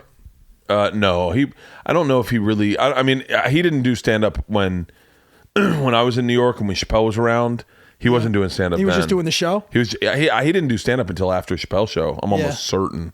I'm sure he tried an open mic or whatever, but it was Kevin who was the stand-up. He was a great comic. Kevin's a great stand-up and even a better podcaster and radio personality. I've never heard his podcast. Oh, he just flamethrows motherfuckers. Really? Oh, you would get a real kick out of it. He says stuff. Are you the type of guy too where I don't give a fuck what your point of view, like if you're just shitting on people, I love people that just fucking come direct. Dude, Kevin said something. I trust those people. Not to pivot off of Neil's compliment that I was about to give him and compliment his brother. I know they have issues, but Kevin said something one time. He talked about, he was on Opie and Anthony, or maybe just Opie and Jim, and I listened to the whole episode. In the last 3 minutes, he mentions that he cheated on his wife, and then he comes back to the show like 2 weeks later, a week later, and they're like, "Man, you're the best radio appearance we've ever had." And he's like, "Yeah, my wife left me." And they're like, "What?" He's like, "Apparently, I mentioned that I cheated on her," and they were like, "Really? She said that?" And they're like, "Yeah." And they're like, "What did you say?" He was like, "I told her, like, I can't believe you listened to the whole show. Like, who listens to the whole show?" And I was like, "Oh, wow, he's in his zone." When you like talk about getting into your reality, Kevin's in his reality. He is just sharing reality with people right now. That's why I love the podcast world. It's just it's just you become more just natural. You're just being honest. It's the more honest I think you are now. again, like you don't see people going like when we were growing up. There were movie stars that were selling. I don't think people give a fuck about who's in the movie as much as what the movie's about, unless that person's going to take away from the movie. You know what I mean? Like you don't really have those like at that era with the Schwarzeneggers and those A-list blockbuster guys that can. You got it a little bit. I think movies have changed so much. You still got DiCaprio. You got Kevin Hart. I mean, you still got Stallone. Will always be a blockbuster to me. Like anything he of course he will. He shoots. I'm there, buddy. Dude. The thing I was going to say, Neil, because I want to compliment Neil. Cause I just heard him on Rogan. Make me want to drink now, but go ahead. I have beer if you want a beer. I'll grab a beer. Go ahead. I think I have beer in there. Just check. If not, don't fucking worry about it. Neil's 3 mics. It's a fucking shit show over there. Is there a beer in there? Yeah, there's a couple. I'll take a right here. There's like a fucking mint back there or know something. what my there's a fucking pipe right here. I got to get this out of here. Oh, here's a vape pen. Jesus Christ. Are your kids allowed in here? Yeah, they're in. Yeah.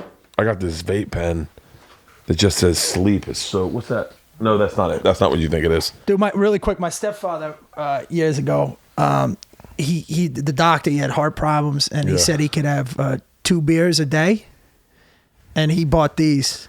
Oh. And he thought, he bought 2 of these. What the fuck is this, a quart? I think it's a 32 ouncer. It's a tall boy. Salute. Salute. Hey, congrats on the special, man. Thanks, man. It's fucking awesome. I love the way you're doing it. Thanks, man. Neil, I would say to Neil, like I understand that when Neil felt that he needed to sell his special with a hook, like because that's why they were buying specials. I know that Netflix did a special with a guy who did like had judges in his, I think.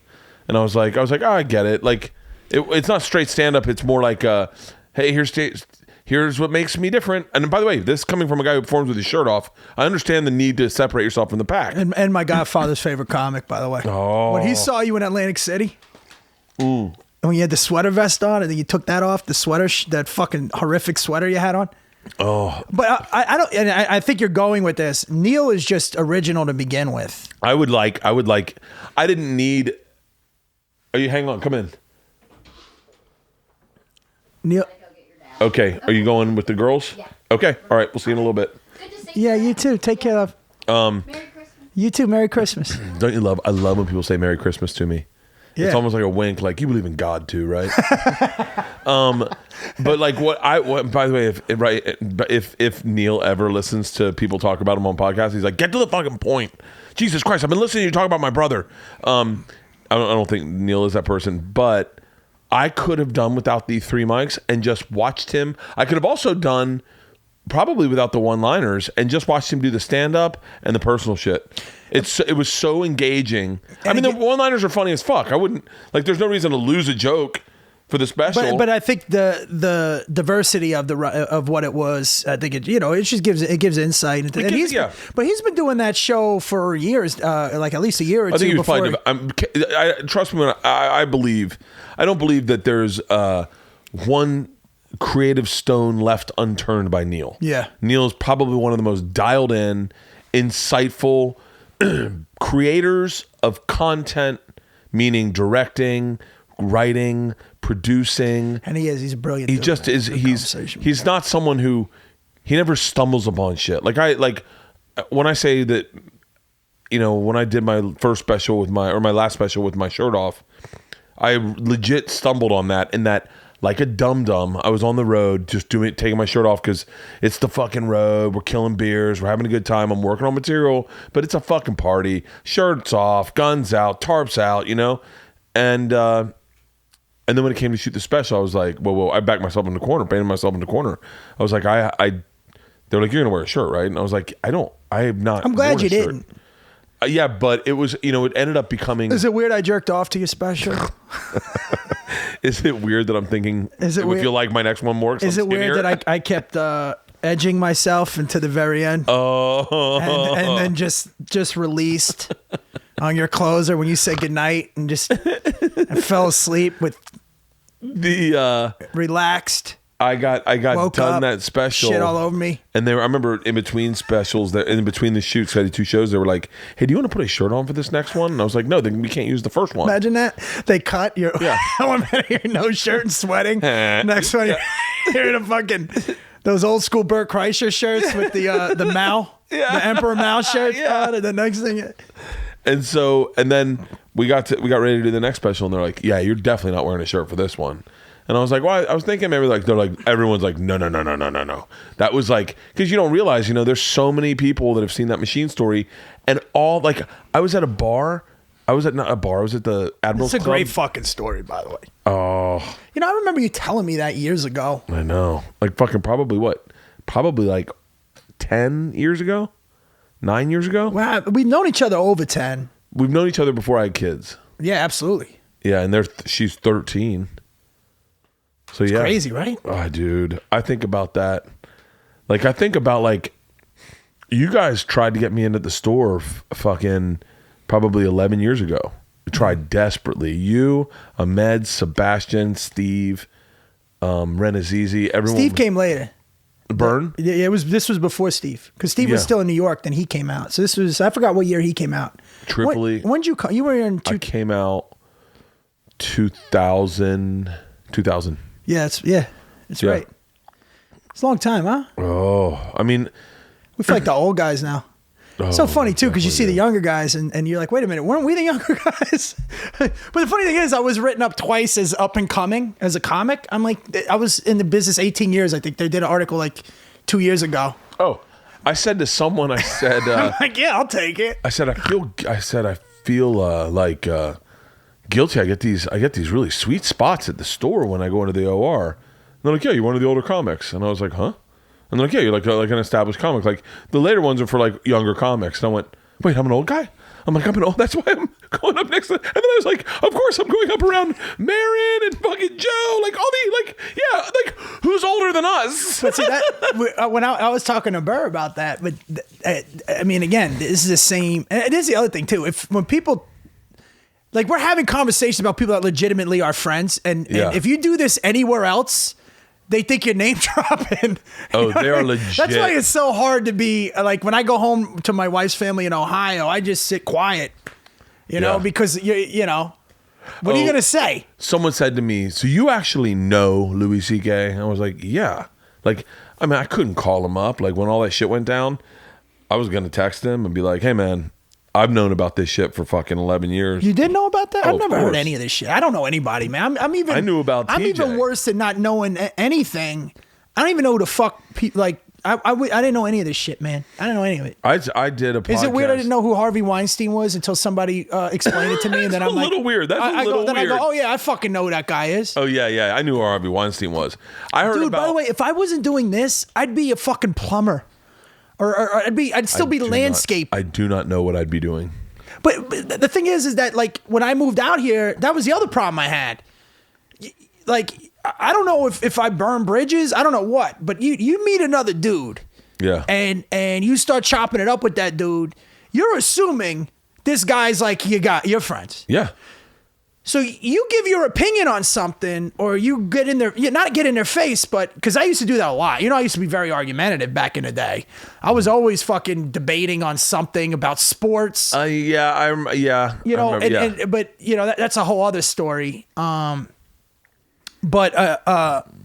You figure you just give a guy your opinion. You didn't know that this guy was like I've never met guys who get offended until I've come here, until I moved here. Now I know the game. Yeah. When I first moved out here, I had no fucking idea. I started keeping my mouth shut. You met my friends back home. Remember that one time when we did the benefit for young Paul and Ron, and we went out that night? Oh. And I'm saying, like, all my friends did time. Mm-hmm. You know what I mean? Like, none of my friends. Do you remember we went to that strip club? Yeah. And we get in there and the stripper goes, "Oh my God, you're Bert the Conqueror." Yeah, of course. And I go, "Yeah." She wouldn't leave you alone. She was like a puppy. She's like, "Can I take a picture?" And she's like, I was like, "Yeah, of course." And then another one's like, do you mind if I get a picture? And I was like, "Sure." And in my head, they're like, our kids are big fans. And then they all had to go in back and put their clothes on because they didn't want their kids knowing they're strippers. And you look at me and go, "You're the worst person to go to a strip club with." That might have been the last time I ever went to a strip club. Oh yeah, I haven't been. I'm not a big I don't like it. I don't like it as much now as when I did when I was younger. Not for nothing. That's where my friends hang out. Yeah. They hang out there because my buddy, runs the place, and you get, That was the funnest fucking That's night. why I took you there. I saw all my friends, they just hang out there, but it's like more of like the bada bing type vibe than, Yeah. But getting back to the point is, you meet these guys. Like I met guys out here that, that's part of what I say in my act is that you don't know. You think your life's normal until you meet like normal people. Like you think everybody's been to jail or everybody's been this and everybody's done that or that everyone knows what red tube is. Yeah, well, you guys did. Yeah, but like I remember saying one time at a party, I said something about porn. My wife's like, "Yo, your section of society who you hang out with, that's not regular people." Well, that's the other fucked up part. Is I thought my friends were normal. And then you think comics are normal, but we're a whole other type of fucked up. Oh, yeah. But we're a good fucked up. It's so funny. I go to my wife, and this is, I don't want to run bits here, but this is in minute. Like, I hate going out with other couples because you think you had a good time and you get in a car and you get that fucking report card. You know what I mean? And we'll be at a table. Is a great fucking bit. Yeah, I love this bit already. And then I have to preface that in case anybody is going to steal it.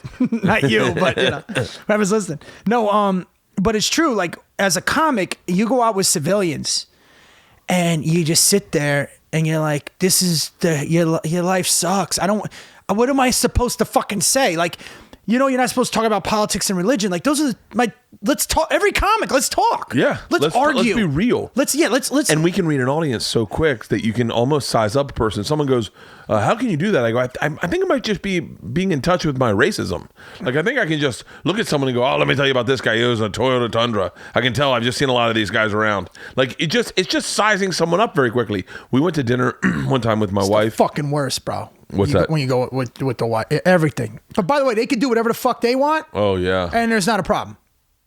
You do something? We went to dinner with this couple, Matt and his wife. I'll just say Matt and his wife. Yeah. In case he listens, I don't want him to be like upset. Now he's gonna know. He knows. We haven't spoken to them in a very long time. Is it because of you? No, it's because of my wife. See, I'm a regular person. I loved his wife. I loved his wife because I knew his wife was a little fucked up like me. But when I met her, the first time we ever met, we hung out and we just had a great dinner. And I got drunk and we talked and then I got in the car. I go, I fucking love them. And she's like, interesting. I said, why? She goes, well, you didn't let them speak. You never got to know them. You just fucking rattled off all your life stories. Dude, what the fuck? And I go, well, it's the same conversation. Yeah. I go, well, couldn't you tell like she was a little off kilter? She got a little drunk and she was going to like cry. And she was like, no, she wasn't. She just wasn't getting a chance to speak. I was like, okay, we'll go out again. Next night, like a week later, we go out to dinner with them again. You're quiet. Same restaurant. On purpose. I don't say a word. She cried twice during dinner. And we got in the car and Leanne goes, how did you know she was going to cry? I go, it was, you could see it in her eyes. Like I can do that with my daughter, Georgia. I can tell when she's going to cry. I'll say something and I go, you're going to cry, aren't you? And my wife's like, no, she's not. And then all of a sudden Georgia's like, ah! But like as a comic, I can read energy really quickly because I understand I have to. If I'm fucking with someone, I can see their energy and go, okay, I'm done fucking with that person. They're not taking it right. Or, oh, they're having a good time with it. Like there was another time one time I was busting balls of one of our friends and my wife's like, you were mean to her. I go, no, I wasn't. I was like, I was actually kind. I could have been mean. I was kind and she loved it. And Leanne's like, no, she didn't. And then the next day, our friend called and was like, I fucking love your husband. Dude, their biggest fear is we're going to embarrass them or whatever the hell it is. I personally, I have a problem with meeting people. I don't like smug. Sometimes people say this like, makes me better. I don't like smug people. I don't like people that disguise their kindness as backhanded fucking insults to people that I grow up with and the way I grew up. And then sit there and talk about, their political views or whatever the fuck it may be, and then they jump back in their limo and go up to the hills. Dude, I have a real problem with that. And it's always these rich white kids that are like, giving you the theories, and you haven't lived until you've been to. I went this on vacation. You have to see how these people live, and you hear their fucking theories, and they got fairy tales in their head. And none of them have been punched in the face. None of them have ever missed a meal. Dude, that's so important. I hate to say this, and I know this is not. This is like it's very important. If you're sitting with a man who's never been punched in the face, now I'm doing bits, but I don't trust you. I don't trust people who. I don't trust you. That means, you know what that tells me? It tells me that some shit happened and you ran. That's what the fuck that tells me. Yeah. You need to have your ass kicked a few times in your life. I've had my ass kicked probably 1, 2. Been sent to the hospital one time. Why? Dude, now I feel like I'm doing bits. But I do a joke where I'm like, and this is the truth. I couldn't tell you how many fights I've been in my life. I couldn't put a fucking number on it. Yeah. All right? But I could tell you this much. I've got about 19 strong losses. Like fucking epic. Dude, I've been in the hospital. I mean, I can show you strong shit. losses. Dude, I got dropped one time. I was just fucking standing there. I was just standing there. I had nothing to do with anything. And I got stole, man. Oh. That's what the Commons, dude. That fight at the Commons, man. I got a lot of those stories. But any guy that tells you stories where they win is a dick. Yeah. The ones where you lose are funny. I got a really good. I've been jumped. I got a really good winning story. This is one of my favorite fight stories ever. We're in North Carolina, where I think we're playing, or no, South Carolina. I think we're playing Clemson. And one of my friends, I won't say his name because he sells doors, shutters, and windows now. All right, in Florida. Here's what we'll do for fun. Okay. Give me one where you lose, and then I want to hear one where you win. Oh, I don't have anywhere I want. Oh, really? Not one? Or something where you. Okay, yeah. I got one. It could be a stalemate. I got a couple where I technically won. Okay, so this one's where I kind of won. Okay, no, okay. but I didn't win, but I was on the winning team. So, guy, they were all partying, Florida State, playing Clemson. We're all at a bar. We're all in like jerseys or whatever, getting ready to go see the game, or maybe after the game. Might be after the game, and we had won. My buddy comes up and he's like, "Hey man, you want to trade jerseys?" And I was like, "What are you, soccer players?" I go, "Yeah." What do you mean trade jerseys? He's like, "Oh, I don't know. I wouldn't mind being worked on for a little bit. You want to be Charlie Ward?" And I was like, "Sure." So we trade jerseys, and I'm like, that was the fucking oddest thing in the world. All of a sudden, 4 dudes come up, and a girl's with him, and she's like, "That's the motherfucker right there, the guy in the Charlie Ward jersey." I go, son of a bitch. The guy in the Kirk Carruthers jersey. And I'm like, yes, of course I do. and they're like, what? And she's like, he's the one that called me a cunt and got in front of me in the bathroom and pissed in the, like, whatever he did was like, and this guy gets in my face. He's like, "I am going to fuck you up." I was like, yeah. And all of a sudden I see Work Done, my buddy in the Work Done jersey, coming around the side and just cold cocks this dude from behind, knocks him unconscious. And I'm like, this guy planned it out like a chess match to get me in the jersey so they focused that direction and then he could come up and knock the fucking guy out. And I was like, that was an interesting one. I don't know if that was a win or a loss. That was like more like a push. Well, you didn't get it. I didn't get it. No. Big fight got broken out. I don't think I was never good at punching people my whole life. Let me hear. Well, I'm not I'm not going to use names. You can't use names, and I'm not using locations. This is when I caught a strong L. Really, fucking strong L. I was out one night, and long story boring. We'll just get to the part. I had words with the DJ. Okay. Of course you did. Well, I was with a girl, and I was like, "Look, you want to hear a song? She want to hear a specific song." I had a 50. I was going to tip the guy. Yeah. So I come up to the guy, say, "Hey, man, can you play this song?" And the guy looked at me like I insulted him. He told me, "Get the fuck out of here." Right? You know what I mean? And I'm staring at him like, what the fuck's your problem? I'm abbreviating this story. Yeah. Long story boring. There's a perimeter of bouncers being set up behind me, right? And I don't know if this guy had a fucking panic button under the turntable. You know what I mean? Where like he just hit him. So I was telling him, I was like, "Come here, I want to ask you a question," but I just want him to come close so I could smack the shit out of him. You know what I mean? Come here, I gotta ask you. Yeah, I want to ask you something. And he's just staring back there, and he was just being a dick, Yeah. And one of the bouncers comes over and was staring at me, and long story boring. I hit him, dude. They rained on me. Oh my God, man. The whole club beat the I think the valets ran upstairs and got a shot in on me. Dude, they fucked me up so bad that when I came out of the hospital, there was fucking attorneys there. Really? That were like, yo, you could sue this place. I just chalked the L. I said, I don't need to get involved in that. Yeah, I deserved it. I understand. Hey, what happened to that chick? Right. Where the fuck did she go? She didn't at least get a few kicks in? Dude, one time we were at this place called CJ's, right? They used to serve quarter beers. This is another dumb thing I did. Yeah. They were just quarter beers. Now, mind you, I'm in my early 20s when all this is happening. Yeah. We're grown-ups now. Yeah, we're adults now. So I was talking to this girl, and this guy used to have quarter beers at this place. It was just little cups of beer. It was like a shit bar. But they would sell pitchers for like $5. Yeah. So I'm talking to this girl, and I back into this group of guys that I knocked the guy's beer out of his hand. It's a quarter beer. Yeah. I turn around and I go, oh man, I'm so sorry, And I go to the bartender who I knew. I go, hey man, you might know him. I'll say his name later. Yeah. You might know him because he was at Florida State for a long time. I says, hey, come here. Can you give this guy, a pitcher? Just give him a pitcher on me. So he filled it up, and gave the guy a pitcher. And then he gave him another beer. And I turn around, and he goes, yo man, that was fucked up. That that you knocked my beer out. I says, hey man, I bought you a beer. I bought you a pitcher. I'm sorry. I already apologize. And he's like, yeah. He was like, those typical fucking South Florida guys. Yeah. You know what I mean? Nah, dog. That's fucked up, dog. And I see he had his boys behind him. I says, hey man, I'm not gonna say I'm sorry again.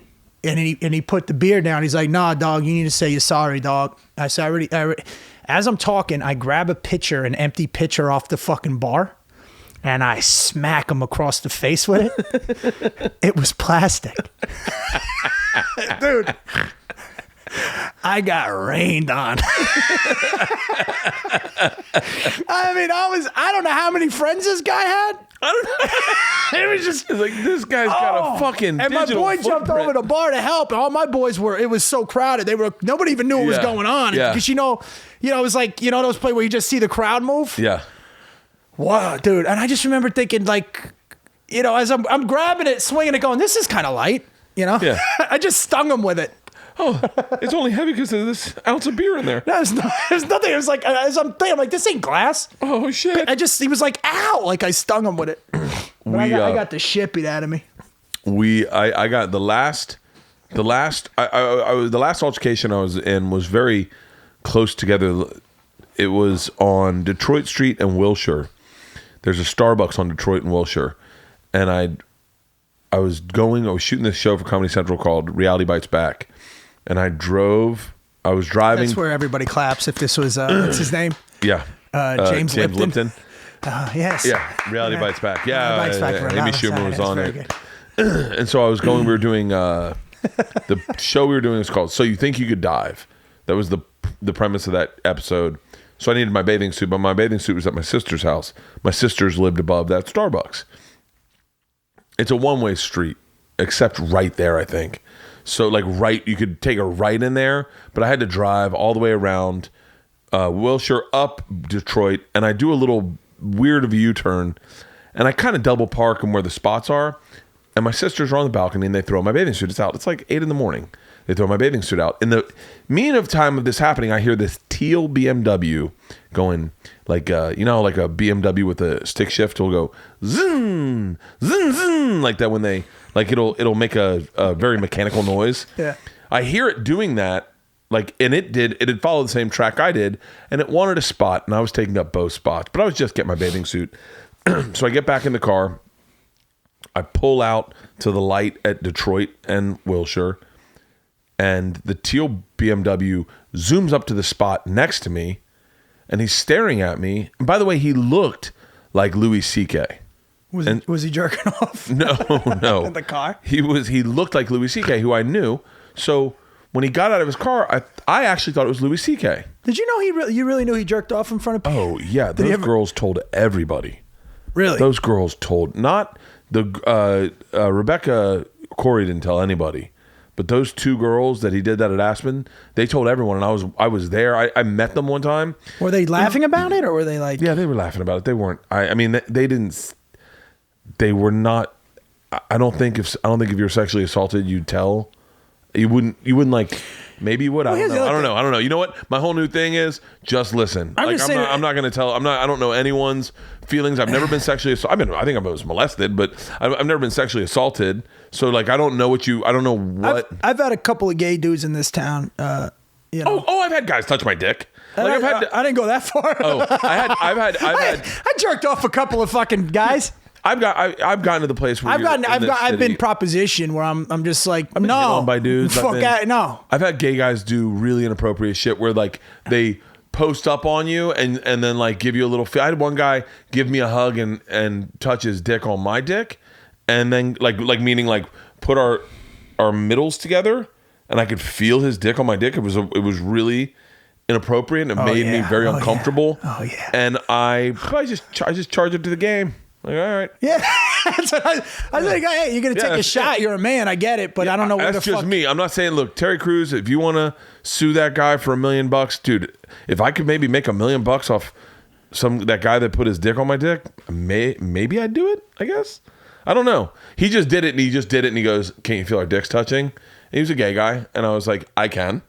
And I was like, and I kind of pushed off. Well, you are like a bear. You're like a bear to them. I'm also fucking... You're a fetish. Yeah. You're a hairy fetish. Anyway, back to my fight story.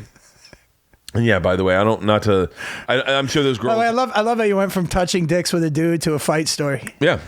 Well, he did it to me. I remember when he did it to me, I was like, it was really fucked up. I'd never touched another dude's dick on my dick. Like I'd never... Like it was just Is this the fight story? No. I'm all over the map now.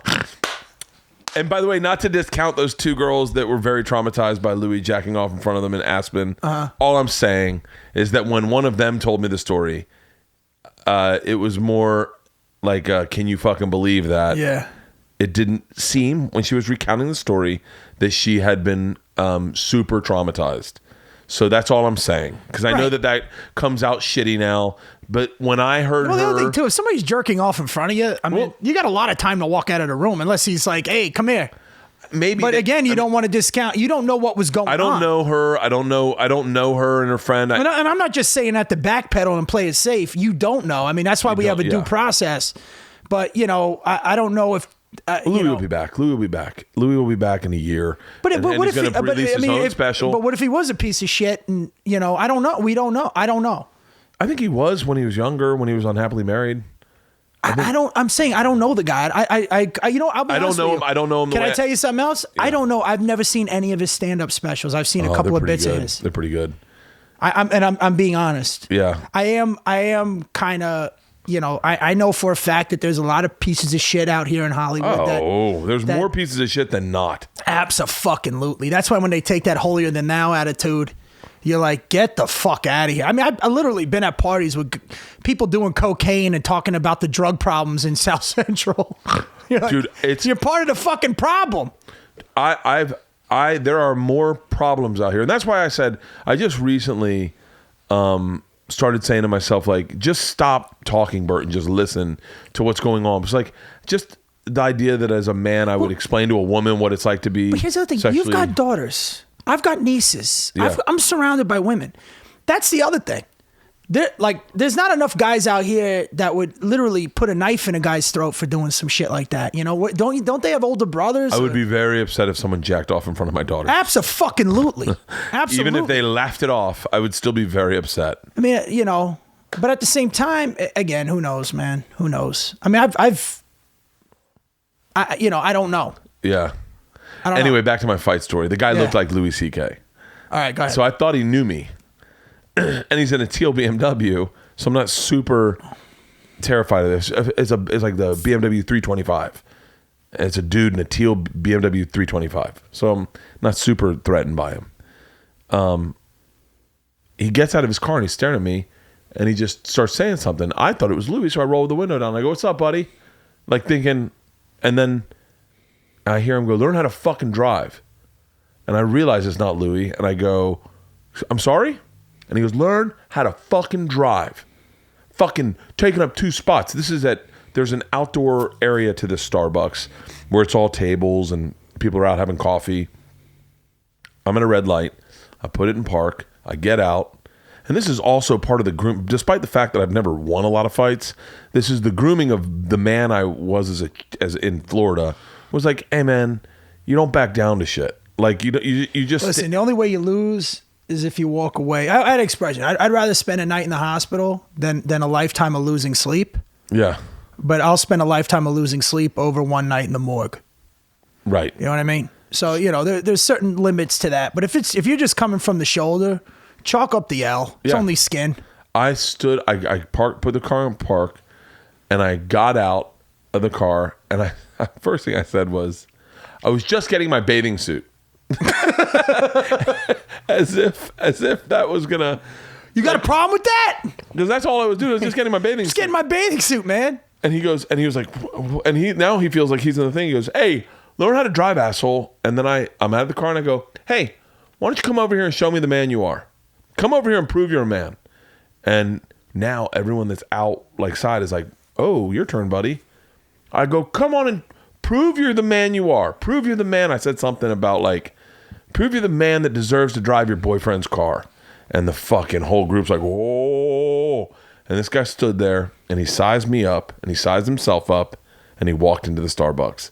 And I was like, fucking Bert Kreischer with the W. And I fucking took off. That's and your win? I was like, no. So the next day, I'm driving down 6th and I'm taking a left by Park La Brea. I've got this W on my head, right? Yeah. That I've got to win. Getting cocky now. Getting cocky. I go to turn left. King of posturing. I go to turn left on it. This is 2009 because I know because I was shooting my special that weekend, and so I take a left on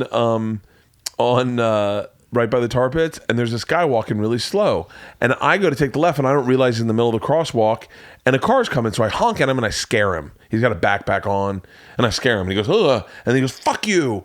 And I pull up a little bit and I go, fuck off. He goes, do something about it. And I put the car in reverse and I back up and I go, I fucking will. And he shows up next to me and I realize very quickly he's a cholo with adult braces. And all of a sudden I do all the processing that a comic would do. I go, all right, this kid grew up without parents that gave a fuck about his teeth. Okay. Like he definitely has taken a beating from his parents because they're not fixing his teeth. He's trying to get his shit together because he's got adult braces. He's got the cholo look, but like you can see he's trying to hide it and he's trying to do the right thing. I go, this is a guy trying to stick on the right path and I'm tempting him off the right path and he's going to beat my fucking ass. And I just fucking took off. I go, I'll never get in another altercation again. And I haven't been in one since. Well, that's good. 2009, I think, was the last time I got into any sort of confrontation with another adult. But I think it's a lot of it's like, I remember one time. Well, you got to be careful. I mean, look, man, you get it to a point to where you either shit or get off the pot. The key is don't get it to that point. You understand what I'm saying? Like, if you're going to run your mouth, you're going to run your mouth, but you got to be prepared to go all the way. There's a lot of guys in this city that run their mouth. That's it. I mean, dude, I know. That's all this city is guys who run their mouth. You go to a place like Spokane, Washington, run your mouth there. Well, see how quickly you get smacked. I was never big on that WWE shit, all that pro wrestling shit. You know, it's either going to happen or it's not.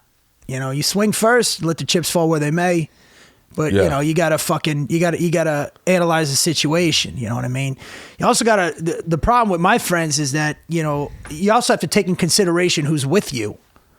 You understand what I mean? Because like my boys was sometimes getting us some shit, and there's 4 of us. So what the fuck? What's going to happen now? If there's 4 of us and there's 10 of them, and you decide to do something stupid, now there's 10 on 4. You know, that's when you find. Do you remember that feeling though when someone's like, "Yo, you got my back," and you're like, "Oh fuck." Can I be honest with you, man? Yeah. There's two honest moments here. My friends would call me up and be like, "Yo, we're gonna go out. We're gonna go to this place or that place," and you always knew there would be a problem. But I would say, yeah, let's go. But I used to go out. I used to have butterflies in my stomach. I was always nervous because I knew some shit might happen. Yeah. Especially in a lot of the places where we hung out. With that being said, you know that DMX song where he's like, yo, meet me outside. Meet me outside. Yeah. There was a part of me, too, when I would be out and then my boys would be like, yo, meet me outside, dog. Meet me outside. You know? And like, something's about to happen. There's a little part of me that would get excited because the adrenaline kicks in. Yeah. But prior to that moment, I was nervous. Like if my friend said, I'm the exact opposite. I'm the exact opposite. I got into a fight in college with one of my fraternity brothers. We're sitting in the lounge. And just for the record, I was never the toughest out of my friends. No, I know. Yeah, I know. Out of like 20, I'm like 12 maybe. We got into You know what I mean? You work your way down. Yeah. Oh, I'm at a fucking solid 4. I'm like a 4. I am all talk. So this guy and I get No, I meant like if in a group of 20 out of my friends, there are 11 people that'll probably kick my ass. But they would know that they were in a fight, but there's like 11 people out of my friends that would handle it. Oh, out of your friends, I'm a 2. I'm hoping that you guys bring someone that's handicapped. See, we're working the other way around. Yeah, a two would put you up top. Then I'm so you're 19. 19. Or 18, yeah. I got into a fight with this guy in the lounge, and he said something, and I was like, "Fuck off," and he was like, "Oh, fucking do something." I was like, "I'll fucking do something," and we start going at it, and everyone's fucking like holding us back. I'm like, "I'll fuck you up." He's like, "I'll fuck you up." And then one guy just steps in and goes, guys, let them go outside and fight. And everyone's like, yeah, good call. And I was like, oh, wait, that's not what I was looking for. That's not what I was looking for at all. And I was like, you know what? I'm not going outside to fight you. That's too much trouble for me. I have allergies. And just, if you, fighting's the worst idea ever. First of all, the minute you swing, you're already out of breath. It sucks. You can get so winded in a fight. If you're getting jumped as you're on the ground, you're tasting pennies in your mouth, and you're just getting fucking worked, and you're like, why didn't I stay home? Then the other part that sucks is, let's say that everything works out in your favor, and now you're getting processed, you're getting arrested, and now you're in the back of the cop car. Nothing worse than hearing that fucking radio. And now you got to deal with that shit. It's just a process. And I always say, it's not nothing that. But this is the reason I say I don't trust guys who haven't got punched in the face. Yeah, that's what we were talking about to begin with. I don't want this to be about fucking. But one of the things is, like, you don't know that depression the next morning. There's a real depression. When you get beat up, there's a like legit kind of depression of like, what the fuck, man? See, we used to, I mean, again, especially in North Jersey where I was growing up, you were always throwing hands. And then when I moved to South Florida, you just always threw hands. Yeah. You know what I mean? I'm talking about when you're younger. Things get a little bit more hairier when you get into your 20s. Last time I got beat up, I was probably 20 years old. Yeah, I was in my beat up. I was in my 30s. No, I take that back. I definitely got beat up after that. I definitely got. But what I was saying is that, so you used to, if you keep throwing hands, you get used to it. It's just like playing. It's like playing football or playing baseball with your friends. Eventually it's just part of the game. Oh, can I tell you the funniest fucking story? This I've told this on stage, but it's not a stage story, but it's just a really good story. I'm in the Stress Factory in New Brunswick. You do that? Vinny Brand's club? Yeah, of course. Yeah, I'm doing it New Year's Eve. Are you really? Yeah, I'm there New Year's Eve. That weekend. Friday, Saturday, and then New Year's Eve. Guys, shout out to Vinny Brand. I think I'll be there 2 weeks after you. That's awesome. Yeah. I'll promote your show. Please. And so we go there and Mickey Gall shows up. You know Mickey Gall? Fighter. Yeah, of course. Yeah, I know. Say, why does that name sound familiar? Fought CM Punk. Am I saying the right name? Yeah. Yeah, I am, right? Yeah. Okay, yeah. Mickey Gall, yeah. He shows up. And he's like, his sister's Jamie Gall, I want to say. I think I follow her on Instagram. Anyway. It's a flock of Galls. Did you ran? And I ran. So far. Oh, God, that's fucking good. So we're sitting there drinking, and he's like, hey, man, big fan or whatever. You're the best comic that's ever worked. I think that's what he said. You're the greatest comic ever or something. I don't know what he said. Were you like, fuck you? No. Trying to fight? No, he just said, I'm a big fan of Rogan's. It's good to meet you. Trying to choke you out? But what happens is, one of the waitresses comes over and goes, by the way, I'm putting in accents to make this better. She goes, you really a fighter? And he's like, yeah. She's like, you really can choke someone out? And he's like, yeah. She goes, show me how you do it. And he goes, super easy. I'm doing more of an accent than Mickey needs. So he goes, come here, Bert. And so he just shows her on me. He just goes, you take your right arm, you put it under their chin. You take your hand, you put it behind their neck. And you just squeeze. And he squeezes a little bit, gives me a little bit of a choke. I give him a little tap, and he stops. And she goes, and that works? And he goes, yeah. And she goes, hey, Johnny. Grabs one of the bar backs. And he's like, yeah. And she goes, let me try it on you. So she puts his arm under his chin, and he's like smiling. She puts her hand behind his head, and she starts choking, and he feels it, and he taps. And we realize we have never taught her what the tap means. And the guy starts to go unconscious. He's tapping, and she's just going stronger and stronger and stronger. And she chokes him unconscious, and he hits the ground. She goes, I can't believe that fucking works. and Mickey's like, we never taught her the tap. Like, one of the most important parts of that is like, hey, if he taps, let go. But she didn't know what the tap was. Oh, that fucking I thought you were made me telling me laugh. she killed him. Oh, no. He hit his head hard as fuck, though. Some dude actually wanted to fight me last time I was at the Stress Factory. He fucking threw the tables all over the place. And Really? yeah, it was fucking out of control. Everybody jumped on the guy. I couldn't even see him. There was a fight at the Spokane Comedy Club last week where the guy was just fight. I know he listens to the podcast. He's a fan. But he was like flicking off the bouncers. And it was in the middle of when I was doing the waitstaff raffle. And I was like, wait, what's going on? And he was holding on to tables, and he was like, call my lawyer, call my lawyer.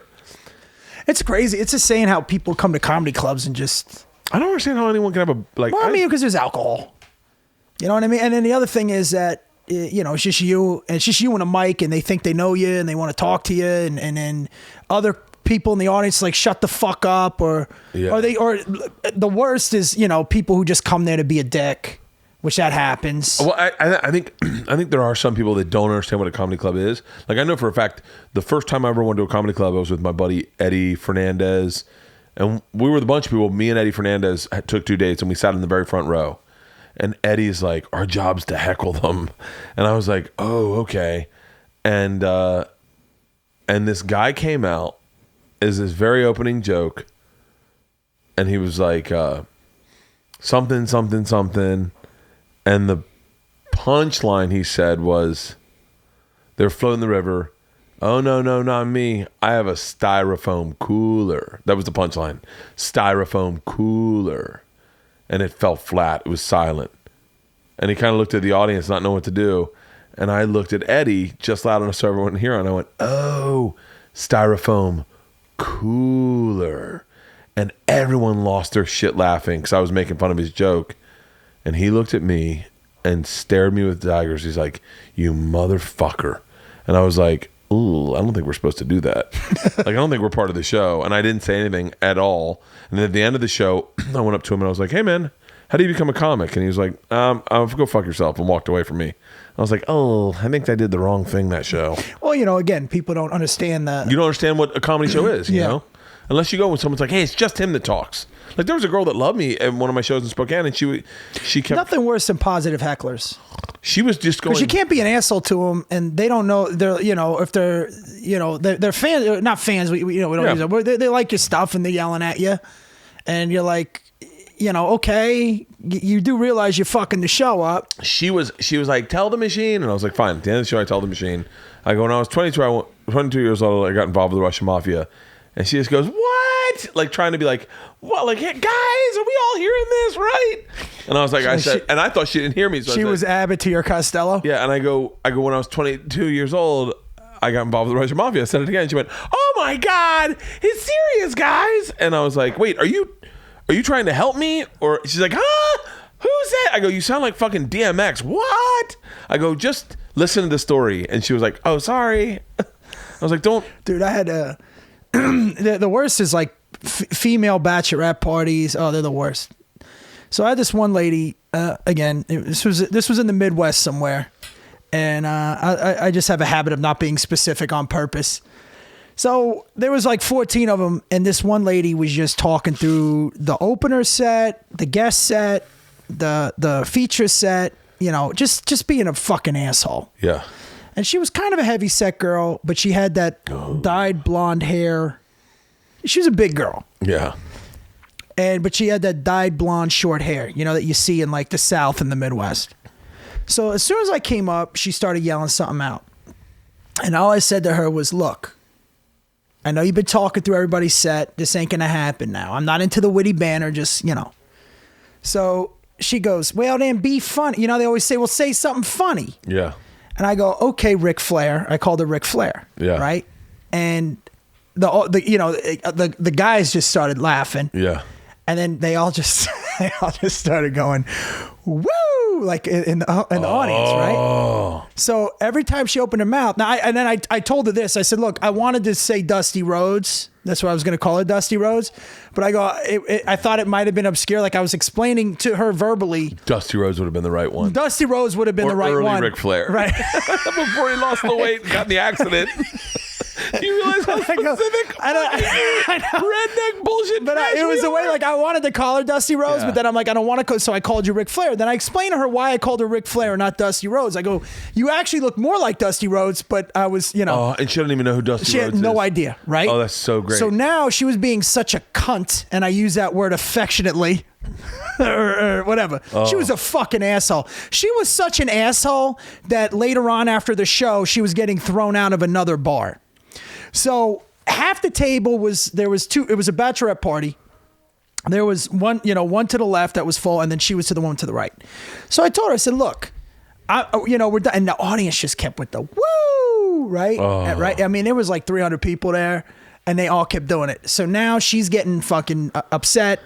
And I said, listen, you're going to have to leave, because now you're out of control. And it was quiet and, in the audience. And I was telling them, no. I said, you know what? I'm not going to kick you out. Let's let the audience decide. So, because she, right? So I did it. They all said, get her out. I said, get her the fuck out. So everybody started cheering. So she looks at the table of her friends and they were like, fuck you. We're staying. Yeah. So now she's not leaving. The cops come. I'm abbreviating the story. It's like 20 minutes in already. Yeah. They take her outside and she's yelling, fuck him, fuck all of it. She's a fucking asshole. And just like it's my fault. And we hear her in the lobby. And then the cops are there. And then the audience is laughing. I go, shh, keep it down because you hear her. And she's like, this motherfucker. And he called me Ric Flair. Right? You hear the cops start laughing. He called me Ric Flair. He said he should have called me Dusty Rhodes, and they start dying laughing, and everyone's listening. It was one of those moments where I actually felt like, I felt victorious. I said, dude, then we started getting thrown out, but the audience with the woos was killing me. We did. I did a show. Do you remember? Nothing better when they're on your side, by the way. Oh, I've had them turn on me. Louisville Improv. Yeah, the one in the 4th Street, whatever that is. Yeah. It's not there anymore. No, it's not there. Bob Cameron. Shout out to Bob Cameron. Shout out to Bob Cameron. Bob Cameron was one of my favorite guys Bob ever. used to be he might be one of my favorite managers ever. Dude, when he was at Marco Island, he did Captain Bryant's. He did Captain Bryant's. He did West Palm. Yeah. I think he did Miami for a second. Was he over there? I think so, because he went into Miami and then Renee sent him over to West Palm and then he went up to Louisville and he always that had was a my great back. club, man. I just can't believe Louisville? Yeah, that Louisville Improv. Everything's closed. Yeah, it was. They got pushed out because of the rent. We did a show. The rent's too damn high. Oh, it's so expensive there. I know. I think I remember they made great salmon. I did a show one time and I get up on stage and there's a redneck with a fucking legit mullet sitting in the front row, and I get on stage. I think the guy I was working with was kind of picking on him, and they were going back and forth. And when I got on stage, he said something to me, and I fucking light him up. I don't know what I said. Something probably a mediocrely hacky. And then behind him are two black chicks, and they start laughing at him and pointing to him, and he's not having it with the two black chicks. Like apparently they were really getting on him for his mullet. Yeah, for his mullet. Did he look like John Kruk? He looked like Diane Word. Like, do you know who that is? It's some South African band. Like he looks tall, skinny, weird. Diane Word. Yeah, the chick, the blonde chick with the he fucking. He looked like her, or like Ninja. Like he looked like a mix between her and Ninja, and so they start laughing, and I say something else. She's like albino. Yeah. I say something else, and he's skinny. You can tell he just hasn't had it easy in life. And so he was getting picked on before, and I say something else to him, and he comes back to me, say something else, we laugh, and then the black chick says something like, "Yeah, take that, cracker motherfucker or whatever, Peckerwood or whatever. And I go, easy, Macy Gray, 'cause she had a big afro. And she goes, whoa. I said, don't think I didn't see you. I said, I'm not going to start picking on people and not call you out. And she goes, yo, change the subject right fucking now. And I go, no, I'm definitely not. Yeah. She goes, oh yeah? How about I call my boyfriend? He comes and fucks you up. I said, what's your boyfriend's name? She goes like, Derek. And I go, is he white? And she goes, yeah, he's white. And I go, oh, I'm definitely not afraid of your boyfriend. I go, she's like probably 300 pounds. I go, I know what kind of white guy you date. It's not the kind I'm scared of. I go, listen, don't think I haven't been around the block a couple times. And then she goes, oh, you were racist. And I went, no, I'm not a racist. I go, I'm just telling you, I know what kind of white guy you date. I go, let me guess. Is he around 130 pounds? And she goes, and her friend starts losing it. And I go, oh, yeah, is he? Does he have a bunch of tattoos all over his face? Is he a fake-ass motherfucker? And her friend's dying. And she goes, fuck you. And she goes, you're a racist. I go, I haven't said anything racial this entire fucking show other than about white people. And I go, you know what? And she wouldn't shut up. I go, you got to get the fuck out. And she was like, oh, I'm getting out and I'm taking every motherfucker out with me. And she goes, who wants to get out of here with this racist motherfucker? And this fucking 50-year-old white woman drinking white wine who has probably said the N-word her whole fucking life out of Louisville goes, here's a racist, I'm leaving with him. And the two of them walked outside. Her husband and her friend stay there, and they sit at the bar and drink. And Bob sees them, and Bob's like, you guys are the fuck out of here. You guys got to go stand on the street. And this poor fucking white woman's like, I think I want to go back in now. And they're like, nah, you walked out. You're done. I was like, fuck that. Like, dude, I was praying the whole audience got up and filed out like in Animal House. I would... Remember they're doing? I would probably like that more often now than not like them doing, you know what? We're going to leave... at an hour, you don't have to tell the machine story. We've heard it already. I've had people say to me, we've heard it already. And then I've had people say, we've heard it, but we're so glad you told it. You're like, oh, I drove 3 hours. And I'm like, I'll tell it. Dude, but you know what's crazy too is that you get crazy. It's insane that how adults, like, you're an adult. If you're not emotionally stable to be in a room, what are you there for? If you can't handle your I just don't understand it. And again, in my 20 years of doing this, and I'm not just saying this, I have seen a dumbing down of audiences. I don't know if you have. I haven't. I have not. I have to say I have not, only because I've seen audiences care more about the artist and want them to do original material. I find that from younger people more than older people. I had a guy in La Jolla. Guys in our age are fucking jerk offs, and I say that because I've seen numerous times. Those tweeners between 80s and 90s guys and, the early 2000s. Yeah. They're fucking... I don't even know. The soccer moms.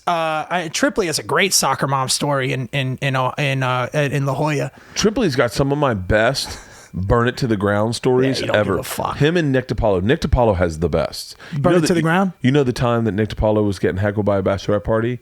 And he goes, who's the lucky lady? Like, they're fucking all over him.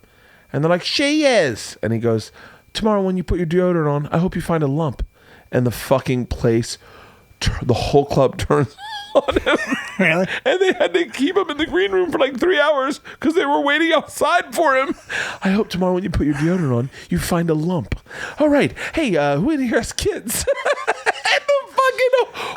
Getting back to Tripoli, I've never seen a guy get more standing ovations and piss off more audiences at the same time. And by the way, that's how you know you're a fucking great comic, when you give zero fucks. Tripoli gives zero fucks. Zero. He gives zero fucks. You know who gives... I mean, if you could go negative zero fucks, is Brian Holtzman. Dude, if you're ever in LA, met Brian Holtzman. Dude. Are you really? Every time I'm at the store, I want to fucking stick around and like hang out with him. If you want to know what giving no fucks means, and if you want to watch unedited, unfiltered stand-up comedy, and anybody who's at the store, Rogan will tell you, anybody. Well, he's one of Rogan's favorite comics ever. Oh, he's one of mine, absolutely. Everyone loves Holtzman. Absolutely. As a stand-up comic, you can't watch that guy and not be in... He's fearless. And you know who else was fearless, rest his soul, was Ralphie May. Ralphie was definitely fearless. Ralphie gave zero fucks. Ralphie gave less than zero fucks sometimes. Dude, but you have never seen... cup. You have never seen any... Yeah, why don't you just pour the fucking... I don't know why I'm putting the ice in another cup. Are we drunk yet or no? I am. You are? Yeah, I had a tick in my throat. Do you drink all the time on the podcast or no? No, but on something like this, like I haven't been lately, but like when it's you, I feel a little more comfortable. Yeah. Like I can't really drink. Like, do you remember that time me, you, and Orny Adams, we were on the radio at the same time in Florida. Yeah. And me and you were drinking at like 7 Paul in the and Young morning. Ron. Yeah, we were fucking hammered. And then Paul and Young Ron, well, Paul now. I mean, I know Ron retired. I'm supposedly going fishing with Paul New Year's Eve. Like one of my favorite. I love him. I liked Tom Bernard. You ever do Tom Bernard show in Minneapolis? Yeah, he's fucking great. He's great. Preston and Steve. You ever do them in Philly? Phenomenal. Dude, phenomenal. Let's keep going. Huh? Cowhead? Yeah. Cowhead, or Mike Calta, as he wants to try to rebrand himself as. That fucking asshole. Opie and Anthony. Hey, shout out to Opie and Anthony. Big fan of the show. They know that. They know I was a huge fan. Do we pause if I have to pee? Yeah. I have to pee too. Let me finish my thought and then we'll start back up. Oh, no, you know what? We'll leave it here and then I'll bring it back. How long? I mean, what time is it? 2 hours. We're at 2 hours. Is that too long? No. We'll do as long as you. Dude, I could stay all fucking night. I'll talk your ear off. Yeah. We'll talk for another 45 minutes. Perfect. Or whatever. Let's piss and we'll come back. All right, we'll piss. All right, hit pause. Yeah, put it back on. Is this a fucking bullet? Yeah. Some fan gave it to me like probably 4 years ago. It's fucking dope. All right. What I was saying about Opie and Anthony. Turn off the lights, light a candle. Go ahead. Opie and Anthony was the funnest show to listen to. I'm gonna fucking knock this over. But very unenjoyable to do. I never did it. I think I kind of wish. I'm glad I did it because I'm glad I have a relationship with Anthony and Opie now. Like, I'm glad that I know them. I was such a big fan of their show. But they're not together anymore, right? No, Anthony's got his own thing, and he was doing it with Artie. I think Artie's in rehab right now. Is he really? He was not doing hot. Dude, he's one of my favorite people, man. He's just got such a fucking gentle. There's something about a guy like him where you go, I'm rooting for you, man. Like I want you to root for yourself too. Yeah, I know. He walks around with a lot of anger. A lot of people left hating Opie. I did not. I always enjoyed Opie. I enjoyed Opie probably more when he was doing his own thing, away from Jim and Sam. Can I say something really quick? Yeah. That I've met Jim a couple of times. Yeah. That guy is he's smart, man. Yeah. He's such a smart and articulate guy, man. I mean, like, I've when I was in Jersey, we were listening to an excerpt. Somebody played it for me. And I just remember thinking, God, this guy, because he's articulate, he's objective, I think he's fair. I'm not friends with him. I mean, I've met him, like I said, I met him a couple times. No, I don't know if I'd say I'm friends with him. I'd say I'm friends with him. I don't know if Jim would say we're friends. But I'm just saying, man, he's really fucking smart cat. Well, and I love that he's fucked up, but he knows he's fucked up. He did. Oh, see, this is like not to suck Opie and Anthony's dicks. I know that a lot of my friends were not fans of Opie. Like a lot of my friends in radio weren't fans of Opie and Anthony. Like they were probably cruel, if not brutal, to like all the shows we love. All the shows we love doing, they would just mock. But there was something about the way they were forced to do radio when they did Sirius XM, which was really revolutionary for what we do now, whereas we just hang and talk, Yeah. And like I will definitely say it when I see it more in Rogan than anything, is that when we go into Rogan where it's like me, Ari, Tom, and Rogan, that reminds me very much of that hang vibe where they'd have Louis in. And dude, I mean, I hate this because look, just for the record, I'll never shit on anybody. Yeah. You know what I mean? Yeah. But Joe. No, I'm kidding. Fucking imagine that. Oh, there's so many people who Hart dropped right there. They're like, wait. What? No. I'm obviously joking. I put Joe in as me personally. This is just a personal opinion. Definitely, I would say in a consensus of all comics, you put him in the top 10. I put him in the top 5. And not only that, people don't know what a really good dude he is. No one does. No one does. There was a time when I was on the ropes. He doesn't fucking brag. He doesn't brag like that. No, he doesn't. And there was a time when I was on the ropes, and he probably don't remember it because it was like it was a rough time for me, very rough.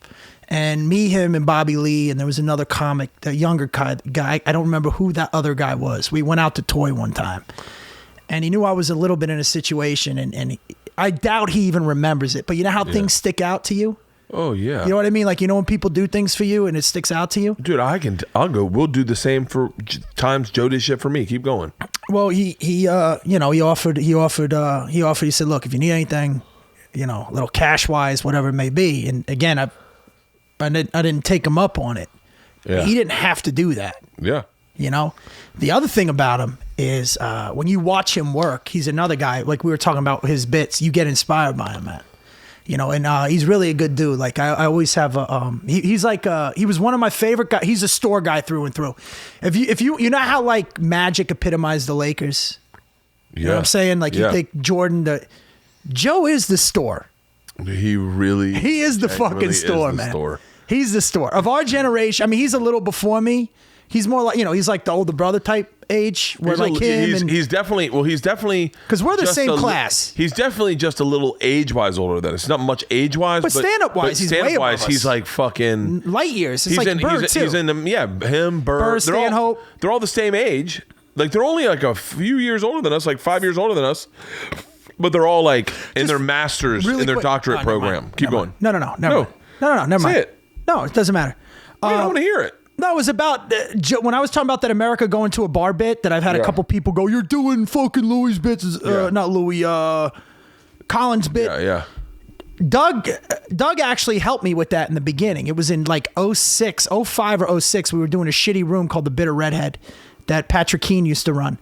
And Doug went up because Bush was in office and Doug did a joke. I remember it like it was yesterday. He says, he goes, America is like that girl on that girl that you see on Jerry Springer that's like, you don't know me. Yeah. Thought it was fucking brilliant. Yeah.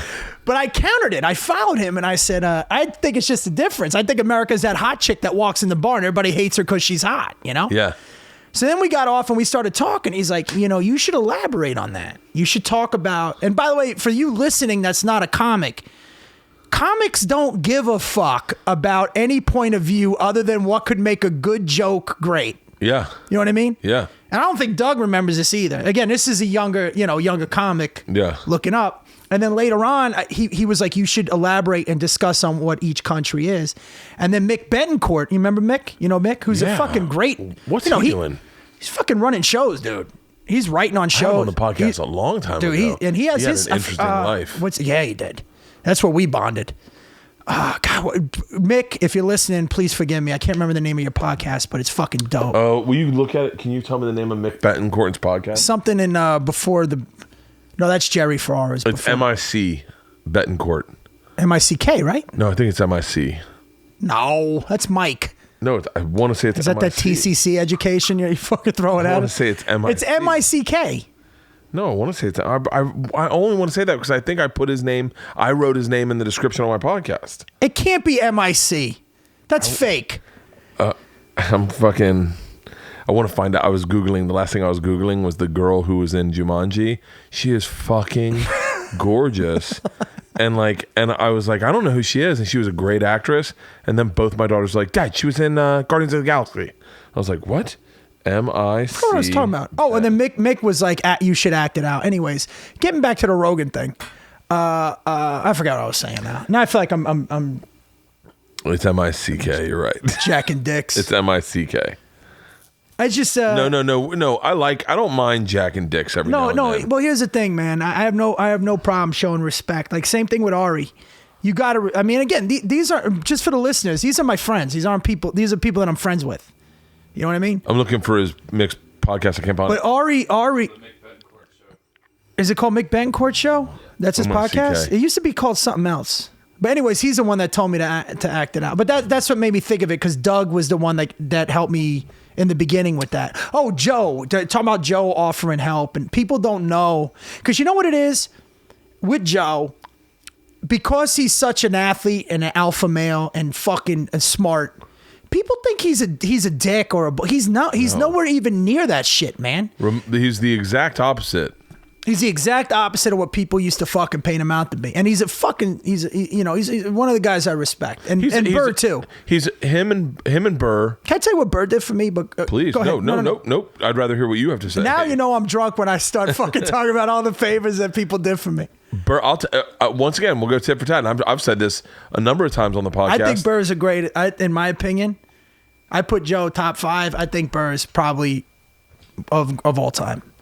As a comic that I've watched, that I can look at, and again, it's all personal. Yeah, no, it's all personal. Burr's next level. There are very few guys.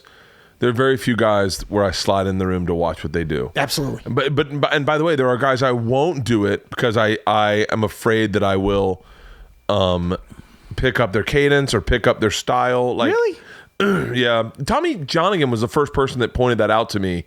He was like, I really like you. I can't watch you because, and by the way, he was super young when he said this, not now, but he goes, because I have a tendency, like with styles like yours, to pick it up. We got it. Let's keep drinking and see what the fuck comes out of my mouth. Yeah, I'm cool with that. I'll start crying by the end of the podcast. I cried already watching Jumanji. I cried today already. I had to hide it from my daughter. I'm afraid to watch it because it's so fucking good. Anyway, Burr and Rogan, and by the way, probably neither of them remember this. And it's great. No, they're not even gonna listen. No, they're definitely not listening. Sat me down in the back in the green room at the store one time and said, "What the fuck are you doing on Travel Channel?" They're like, "Quit." They're like, "How much money do you need?" They're like, "Get back into stand-up, bro. Like, you're a much better stand-up. Your show sucks. We don't watch it. No one's really watching your show. Like, what do you need? What do you?" I would say if you could shoot that show in a month, right, do it. Yes. If it's a year commitment, it's 9 months. 9 months. I wouldn't. Show. And unless you're making fuck you money or Nope. you get back end on it, say goodbye. No. How much did it raise your visibility? You probably get more visibility because of this than anything, right? Yeah. Well, I'll just tell you right now. I have more visibility from my podcast than my numbers are higher on my podcast than my Travel Channel show ever was. Yeah. And I make more money on my podcast than I ever made on Travel Channel. Well, all right. To those of you listening now, you may not grasp the what's what I'm looking for, magnitude. By the way, if you haven't figured out, I'm not that bright. Neither am I. I was doing a theater in Asbury Park. You just rip a fart? Nope. Oh, okay. That's tremendous. I was doing a theater gig in Asbury Park, and somebody, and again, and I apologize. This is the truth. I don't watch a lot of stand up. That's why I didn't know Louis' stuff. I'm not a big fan of stand up comedy. A lot of people don't. Right before I shoot a special, I'll watch a bunch of stand up, contemporary stand up, just to kind of make sure that I'm not stepping on people's bits. One of the great thing about going up at the store and at the Improv is that someone will tell me, like Rogan told me, he's like, "Yo, you're doing a bit that's very similar to someone else's bit," and I was like, getting back to the Colin thing, I had no idea.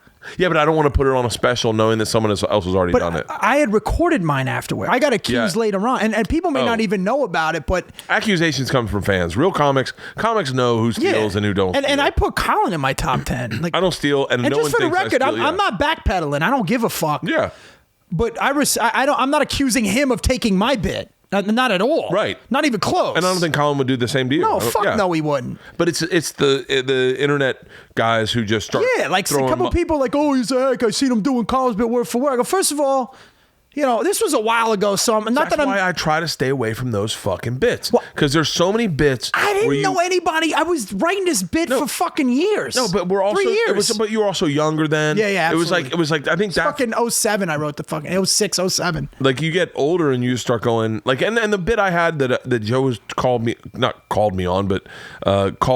me about. Was a bit that was an old bit that I'd always kind of had, and I just wanted to shoehorn into something.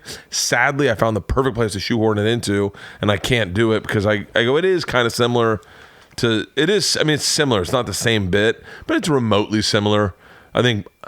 Personally, I think my bit's so much better, but. I've seen, there was one time, I forgot who was doing it. God, it'll come to me. It might have been, it wasn't Segura. I did a joke on, this was obviously a long time ago because it was an Ed Hardy joke, but I had already put it in on my half hour. Oh my! And then I saw another comic doing it. Hold on. Can I tell you? I just want you to. I wish you had named your special Ed Hardy jokes. Well, I was shitting on it. I never would. Oh, fucking! It's a long. It had to be. A long But wait, time I ago. saw this comic, and it'll come to me, and it might have been Santino, Andrew Santino. Yeah. And I was watching it, going, "Fuck!" He did after I did. It's already out there. I would have given him mine. His was so much better. Yeah. You ever see that where you're like, "Fuck, man, I touched on it," and but this was so. Much better. I've seen.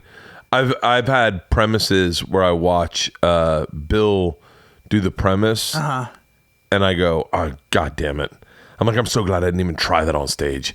Like I had that. Like I've had a few premises where I worked the premise out. Getting back to Bill, but go ahead. Go ahead. Go back. No, to Bill. go back to what you're talking about, because it just reminded me. We're all over the place. Yeah, and I'm getting fucking buzzed right now. Bill's one of my favorite. And by the way, and I know that this. By the way, we say "by the way" a lot. Yeah. It's when I get with you. We got to call this podcast "By the way." Bill is one of the least comfortable with you talking about him because you're either his friend or you're not his friend.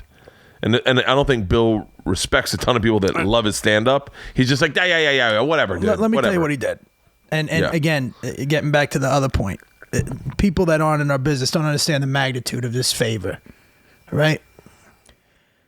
Now you know I'm drunk. So we're down I'm doing a theater in Asbury Park, and Independence is called, and I'm there on Saturday, and I don't listen to podcasts. I don't even listen to my own. I'm dead serious. It was pulling teeth watching me edit my special. I fucking hate everything about my. I had to stop. I had you ever have people tell you that? Listening, but I'm saying, you ever have people tell you that? Like, I never understood that. Where I can't watch myself. It fucking bothers me. Yeah. So I had this girl, the girls that do a lot of my social media, and they're the ones that brought to attention I was getting accused of something. I don't read anything either, man. I haven't. One of my super fucking healthy. One of my favorite expressions is, "It's none of my business what you think about me," and it's not. Yeah. Anyways, long story boring. They go, Bill was talking about on his podcast, because these girls are fucking fans of comedy. They know, they listen to yours. They're probably listening now to this now. Shout out to them. She goes, Erica and Sarah. Jesus and Miro. So she goes, Bill was talking about he's going to be in Asbury Park and he has nobody, and me and Bill, we go to game. We're good friends. I wouldn't say best friends. Like, I'm not as close with him as I am with, like, say, you or Sebastian, but we're good friends. Yeah. We've literally outside of comedy been watch games together. Yeah. So I hit him up. I says, listen, Bert. I said, Bill, listen, why don't you, I text him. I says, why don't you, if you want, you could do a guest set, because I'm doing a small theater in Asbury Park. I won't advertise it, but I know you're going to be down there, and I have a lot of friends down there. I'm staying down the shore, because my podcast is sponsored by JR's Bar and Grill in Seaside Heights. If you're listening, there's a plug. And Maruka's Pizza. Shout out to Gino at Speedweed. Is Gino your sponsor? Dude, Gino gave me. Gino's fucking tremendous. Gino gave me $1,000 worth of marijuana last night, and I walked home with it, and I brought it into my house. It's a felony. My wife goes, "That's a fucking felony. You have too much marijuana." She's like, "I don't think you're allowed to have that much marijuana." Since I met Priscilla, your dog, fast forward 3 a.m, I got a ski mask on, rummaging through your fucking house. I have You can flip that grab bag of edibles, vape pens, pre-roll joints. Do you know I've never smoked weed? I've never tried it. I've been smoking it a lot lately. I'm not smoking it tonight because my throat's bothering me. But I've been smoking I mean, don't get me wrong. Back in the day, I might have sold it during the Crippy Budge, Chocolate Tie, Purple Haze, Hawaiian Gold era. Oh, back when Tarzan used to smuggle it in through Miami in a submarine. I remember hearing that story. It's the longest. By the way, this is the longest Bert story ever. We're both drunk, and it's fucking off kilter. Hey, by the way, Google that shit, motherfucker. By the way, Tarzan used to smuggle that shit in a submarine into Miami, and that's the weed we got in Tallahassee. Shout out to Tarzan. Shout out to Jesus. I got to tell you some Tallahassee stories off air, which is one of the reasons. Finish the Bert thing. One of the reasons why I was up there. Yeah. All right. Tell me the Bert thing. I got to tell you a great story about I got pinched one time fucking selling speakers. So anyways. Selling speakers? Yeah. Anyway, so what the fuck? I'm fucking drunk, You and Bill in Asbury Park. Yeah, all right. So I text Bert. I said, listen, if you're in town, come on, I won't advertise it, do a set. So Bert goes, and again, the magnitude of this in the comedy world. He goes, listen, do you want to, he goes, I don't want to like not insult you, but he goes, you want to open for me on Friday night? I'm doing a theater, and you can promote your show. Yeah. Right? And I'm like, are you fucking serious? Oh, you know? He's dead fucking serious. And he goes, absolutely. I already got the tickets. I'm already sold out. No, you guys don't understand what that means in the comic world. In the comedy world, for somebody of his level, I'm not talking about being a friend. I'm talking about being a friend. That's separate. Because that's what friends do. This is what I would do. I would do this for anybody. Yeah. But to say, hey, open for me. And then he wanted to, I go, dude, well, you don't have to pay me. He goes, of course I'm going to pay you. And he fucking paid me to open for him to do 20 minutes on his show in Redbridge. Knowing that you're, by the way, shout out to Bill, knowing you're a fucking murderer. That you're not going to go in and phone it in. Well, he don't want me to. No shit. He's a fucking warrior. Knowing that you're a murderer. And he's like, I'll go up, do your best 20, and hey, and tell everybody you can be in Asbury Park. Put me up to the wall. I'm ready. I want to work. See, this is why and now I'm getting amped up. This is why our fucking generation's strong. Yeah. This shit didn't happen in the 80s. No. Those skinny tie motherfuckers with 15 minutes, I remember opening for these guys, telling me what to say, what not to say. Yep. You know what I mean? Yep. They were horrible. Yep. You're talking about fucking A-list heavy hitters, top 10 comedians that are putting fucking comics in front of them that they don't give a fuck, promoting, using their hard-earned fan base. I always say Rogan tours with fucking Ian Edwards. Do you know how hard it is to follow Ian Edwards? Ian Edwards is one of the best joke writers in this business. Dude, Joe's such a gentleman that I was down in San Diego doing La Jolla, okay? And he goes, he was in town. He was getting sleeved up. Yeah. He's like, yo, you mind if I do a set? And I'm like, yeah, of course. I don't give a fuck, dude. Come down, you know? Yeah. And he did 20 minutes, but he was like, let me go on after you. You know what I mean? And I'm like, no, you go on before me. Yeah. He's like, no, I'll go. He wanted to go on after me. Not ego, and people don't understand that. That's saying, look, I'm going to let you do your fucking set. Yeah. Then I'm going to come on and have to work. Where back in the day, the guys with any type of television credit would bump the fuck out of you, not give a shit. Billy Gardell's the same way too, man. Yeah. Billy's a fucking gentleman. Billy, when I was opening, Jimmy Schubert, you know Jimmy? Yeah, of course. Dude, Jimmy, I remember one time, Jimmy used to take me on a road with him just to get me booked, right? Yeah. Knowing he's going to have to work. But he said to me one time, he goes, I want you to blow me off the fucking stage. Because if you blow me off the stage, that means I got to write more. Those are the guys we came up with. Yeah. You know what I mean? That's our era. That shit didn't happen when we were starting. Those ham and eggers. No. Comedy and porn is the best it's ever been. Comedy and porn. Absolutely. Comedy and porn. Sitcoms have fallen off to the side. Fuck TV. Fuck movies. Yeah. Comedy and porn is the best it's ever been. Yeah. Dude, you mind if I take a dip? I don't mind at all. What are you dipping? Skull, it's yours. Pouches. Oh, yeah? Yeah. I'm telling you that so my wife don't get mad at me. Pouches. I would love to go back to dipping. You used to, right? I used to I think I'm getting a cigarette sponsor or a nicotine sponsor. I used to fucking pack the shit out of it.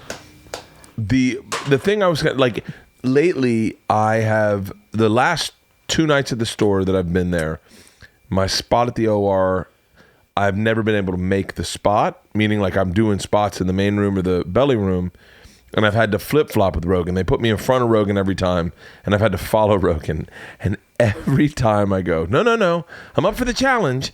I wish I always go, hey, Joe, do you mind switching me? He's like, yeah, I don't mind. Like, I'll switch. And every time I have to follow him, man. The other thing I noticed is I have to stop listening to his podcast. Because it's my favorite fucking podcast. It is my favorite podcast. You know, and this is fucking. I maybe it's because of my ADD. I don't know, or my fucking insanity. I don't listen. I've never listened to his podcast. I've heard excerpts. People people have sent me stuff. Like there was one time when him and Dice, my buddy Daryl LaMantra. I don't know if you know Daryl. Remember him? He listens to it all the time, but he's always sending me clips. But I've never listened to a full episode. His podcast, and by the way, this is like a Blue Apron sponsorship right here. I've been listening to that podcast before I knew him. Before I ever met him, I was listening to that podcast. I would listen to it on the road, shooting Bert the Conqueror, probably 7 years ago, however long it's been going on. It was right. I was watching the podcast when it was with the snowflakes on it. Isla saw Tom Segura on it, knew Tom Segura, clicked it. Isla must have been 2 years old, maybe 3 years old. Clicked it on the computer. What do you mean, in comedy? No, 3. Isla was 3, and she saw Tom Segura. I'm sorry, I'm talking about your daughters. Yeah, no, Isla was 3 in life, my daughter, and she saw Tom Segura on the screen and knew him, and with Joe Rogan, and clicked it. And I remember sitting in our old apartment and said, "Baby, what did you do to my computer? Because it's Rogan and Segura and Red Band with snowflakes going down." And or maybe it wasn't snowflakes. Maybe I was just envisioning that. But I remember that's the first time I watched it. Did you go, please tell me you didn't check my browser? Yeah. She was a baby. And then I would listen to it on the road. I've been listening to it. It's probably informed me more about life than any one information outlet is that podcast. I've formed more health opinions, more social opinions, more hobby opinions based on that one podcast. Dude, and last night I said to myself, recently I said to myself, I had a bit and it was based on, I talked to Brian Callen about this, but it was based on, it was like I had a bit and then I heard Callen say something about it and I was like, shit, did I come up with that bit based on what Callen said? Because I don't want Callen's, if Callen's working on a bit, I don't want to use it. And I brought Callen on the podcast, talked to him about it, and he was like, no, that's not a bit of mine. It's totally yours. That's what this is about. Then last night I watched Joe and I was like, he said something on stage. I was like, oh, you know what? Of course he's going to inform all his bits based on his podcast. I got to stop listening to his podcast because I don't ever want one of my bits to be something had a conversation, an idea about, and then he's working on it separately and I'm working on it separately. So I last night I really said, I might have to, because I did that with Burr's podcast. I pulled Burr's podcast out of the rotation because I've never listened to his him. either. That's just him, and it's him working bits out. I've never listened to Burr. Isn't this fucking insane? I don't listen. I don't even know. This is how last time I was here, you were trying to help me with the Facebook thing, dude. Remember? And I stopped it. I'm not that bright, man. I don't know how to download things. Right? My wife has to help me. I don't know if I could download it, if I would even listen to it. I have a whole my memory's full on stand-up performances that I've never listened to. Oh, I wouldn't watch. Look, I will tell you right now, there's no one I'm saying this. I'm preaching to the choir. Joe's podcast is I've seen easily snippets.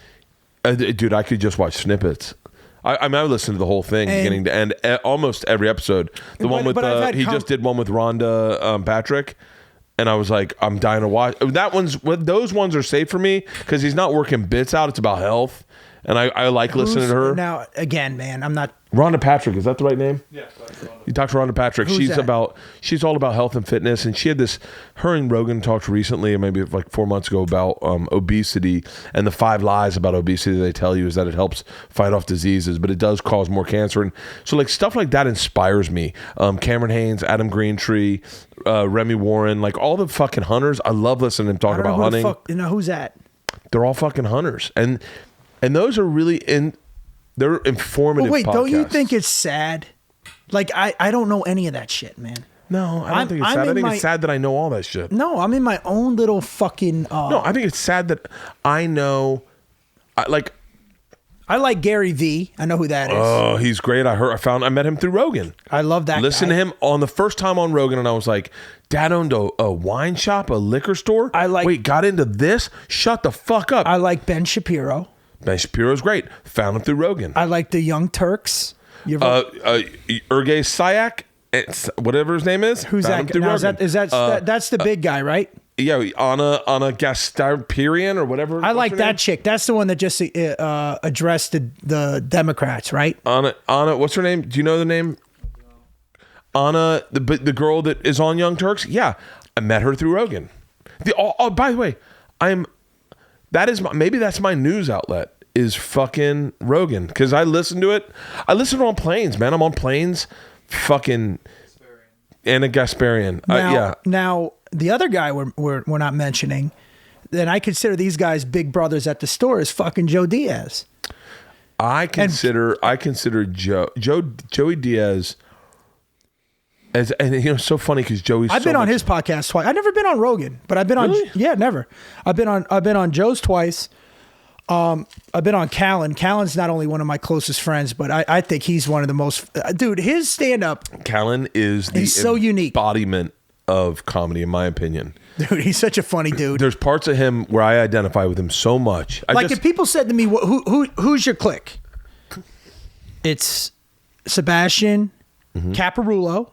I know that him and Joe had a beef over something. I found that out later on. I don't know Caparulo. I like. Wait, I want to talk Dove about Caparulo. I want to talk about Caparulo. Dove Davidoff, Brian Callen. Because me and Cap. Dove Davidoff is one of the most fascinating fucking guys in the world. You know who else is fucking great? Is Bobby Kelly, Robert Kelly. Oh my God, yes. I was one of my favorite comics was Patrice. Oh yeah, man. Another one of my favorite Bobby comedians. Would never agree with this because Bobby was really close with Patrice. Bobby was much closer than I like leagues past where my friendship with Patrice was based on my couple years spent at the door at the cellar. Or Eric Griffin. Eric Griffin's in my special, by the way. He did my sketch in the beginning. Really? Yeah. So Eric. Wait, hold on. Let's do two things. Hold on. Stop. Let's back up. Yeah, I want to do number one. I want to do Comedy Cruise. Okay. Wait. All right. I want to talk about Comedy Cruise. That's one thing. Don't let me forget this. Are you listening, Halston? I want to talk about name the. You get to bring. Let's say 15, just so we can broad stroke it. 15 comics on a comedy cruise. And it's all your friends that you get to hang, party with, big dinners at night, all you guys, but you get to watch everyone's sets. But I do want to talk about Caparulo because he's an interesting kind of sidebar in what's happened with the store. I think part of the reason that I'm there, I know that Tommy didn't like me, but you're friends with him, and I think all I ever talked to are people that. We toured on the Vince Vaughn thing, me, him, Sebastian, and I met Ahmed, and I don't know him at all. He's a beast on stage, man. I got word from someone that he didn't like me, and so I was like, can I be honest with you, man? Do you think he's got a bad rap about that? I don't know if he's got a bad rap or a bad rep. Yeah, you know what I mean? Did I say it wrong? No, you're saying bad rap. I'm just saying is that since he worked the door there, he's always been that guy. Really? Yeah, he's just that type of dude. But I'm not going to speak for another man's beef. I will say I will never denounce his friendship because he was a friend of mine, even though we don't even talk anymore. Really? Yeah, because he's got a family now, you know. Yeah, that does change. As a comic, though, I respect him as a stand-up, and I had to follow him on tour for 30 fucking nights, and that kid's a beast. And between him and trying to follow him and Sebastian, you learn. My toughest follows were Rogan. We're talking about at the store. Rogan, Caparulo, and Jimmy Schubert. When he was on fire, dude, his energy is so high. And he was one of the guys that would take me on the road with him. Those three right there is where you got to figure out a combination when you follow them. Yeah. This is when I was coming up, you know. But Cap was a good, you know, he was we don't talk that much anymore, but you know, then I heard through the grapevine that him and Diaz had a beef. You know what I mean? I you know, obviously Joey's one of my closest friends. And Joey is legit one of my closest friends. Me and Joe are of the same ilk. Yeah. I think I only hang out with... Except I've never smoked weed. Yeah. Well, yeah. Ari tried to get me high on his podcast. He was like, Ari's very... Ari's in the crew. Renazizi's in the crew. Real about everything that happened with Cap. You know what? Can I be honest with you, man? Yeah. I don't know enough about it. It was just and I don't get involved. Yeah. It doesn't matter. I don't know the guy. I'm a grown man. I don't know the guy. All I know is that Tommy wanted me to work the parking lot, and he wanted me to park cars, and I had a TV show. See, Tommy's bittersweet too. Adam is, in my opinion, is like he's the shit, bro. Dude. Because he runs the club. Dude, Adam's next level. I said this to him last night. He's the best booker in the progression of bookers. He's probably the best we've ever had. Dude, I would do legit. I love that he's booking the store. I think he's doing a great job. I can't wait till he does the next thing because I want to work with him there. Dude, this guy, Adam, is... I don't want him to leave the store. I don't want him to leave the store. But he's just a good friend, man. I mean, he's the type of dude you could talk sports with, music with. Dude, he came up to me, he said, he changed the way my special is working. He came up to me, he goes, I love that joke. And I was like, I said it last night on stage in the OR, I said, there's a chunk I have to work on new stuff. I apologize, but I'm so if it, whatever, you're in the moment in that thing. So if you say whatever you say, and I go, and I got to tell you that this next chunk I'm doing is only because the guy that books this club told me he liked this one joke that was a throwaway joke for me, and now it's one of my strongest jokes, and and that's why this room is different. And I fucking did the chunk. Well, when people don't know the evolution of the store, I mean, because I was there when it was nobody. People do not. They don't know the evolution of it, and I wasn't there for the heyday. I came when nobody was there. When I got passed, when I got made. That's when we started, because I started in New York when no one was there. No one wanted to be a fucking comic when I started. Well, because the development era was over. Yeah. We're of that generation. Well, no, we were in the generation of development. No, I was at the tail end. I mean, I got a deal in 2003. Actually, ironically, getting back to Cat, me and him did New Faces together. And I think we were the only two to get deals out of New Faces. Oh, I got a deal in 99. I got a deal in 2000. But I'm saying at the tail end of that. Yeah. And then just talking about the Comedy Store, when we were there, nobody was there. And when I first started there, it was actually Freddie Soto's wife that was booking the store. Then it went from Freddie Soto's wife, right, Corey, to Duncan. Trussell was the booker. I can't believe that. Now that I know so much about the store, I can't believe Duncan was booking Then the it store. went to Tommy. Now, here's what's bittersweet about Tommy. Tommy was a phone guy there. But he actually was in the booth and paying attention to the younger guys that were coming up, because there were a lot of, and Joe will tell you, there were a lot of leftover guys from the 80s that were just coming in and they were just not really doing anything. It was a different lineup then. Yeah. And then Tommy at least paid attention to who was doing good. And when he became the booker is when he started giving Sebastian, if I show you text between me and Sebastian, we always go spot. Right? Because we used to go, did you get a spot? He's like, no. You? Spot? No spot. Really? What year is this? 99, 2000. Yeah. And then I would get like midnight spots after Eddie Griffin. I got a great Rogan story when he brought me into the store, because I think he said the first time he saw me, he thought I was a hack. Yeah. He told me this. Yeah. And then I did a road gig with Joe Diaz. And Diaz told Rogan, he says, no, this kid's good. You got to watch him, So then Joe watched my full set one night, and then he said, come here, because they brought me in. Yeah. You know what I mean? Like, what was I saying? Did it like, let's do a shot and I'm going to welcome you to the store. He welcomed me in. But he told me, he said, when I first saw you, I thought you were just an actor trying to do stand-up, because a lot of actors did that shit back then.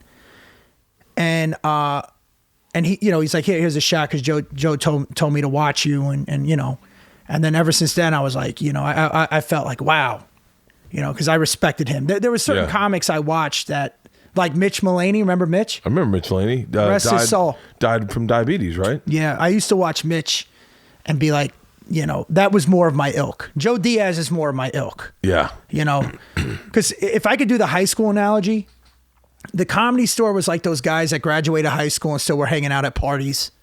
You know what I mean? Yeah. Fucking, guys had criminal records, did a little time. The type of guys, comics, I should say, because there's some females too that were fucking on point. Yeah.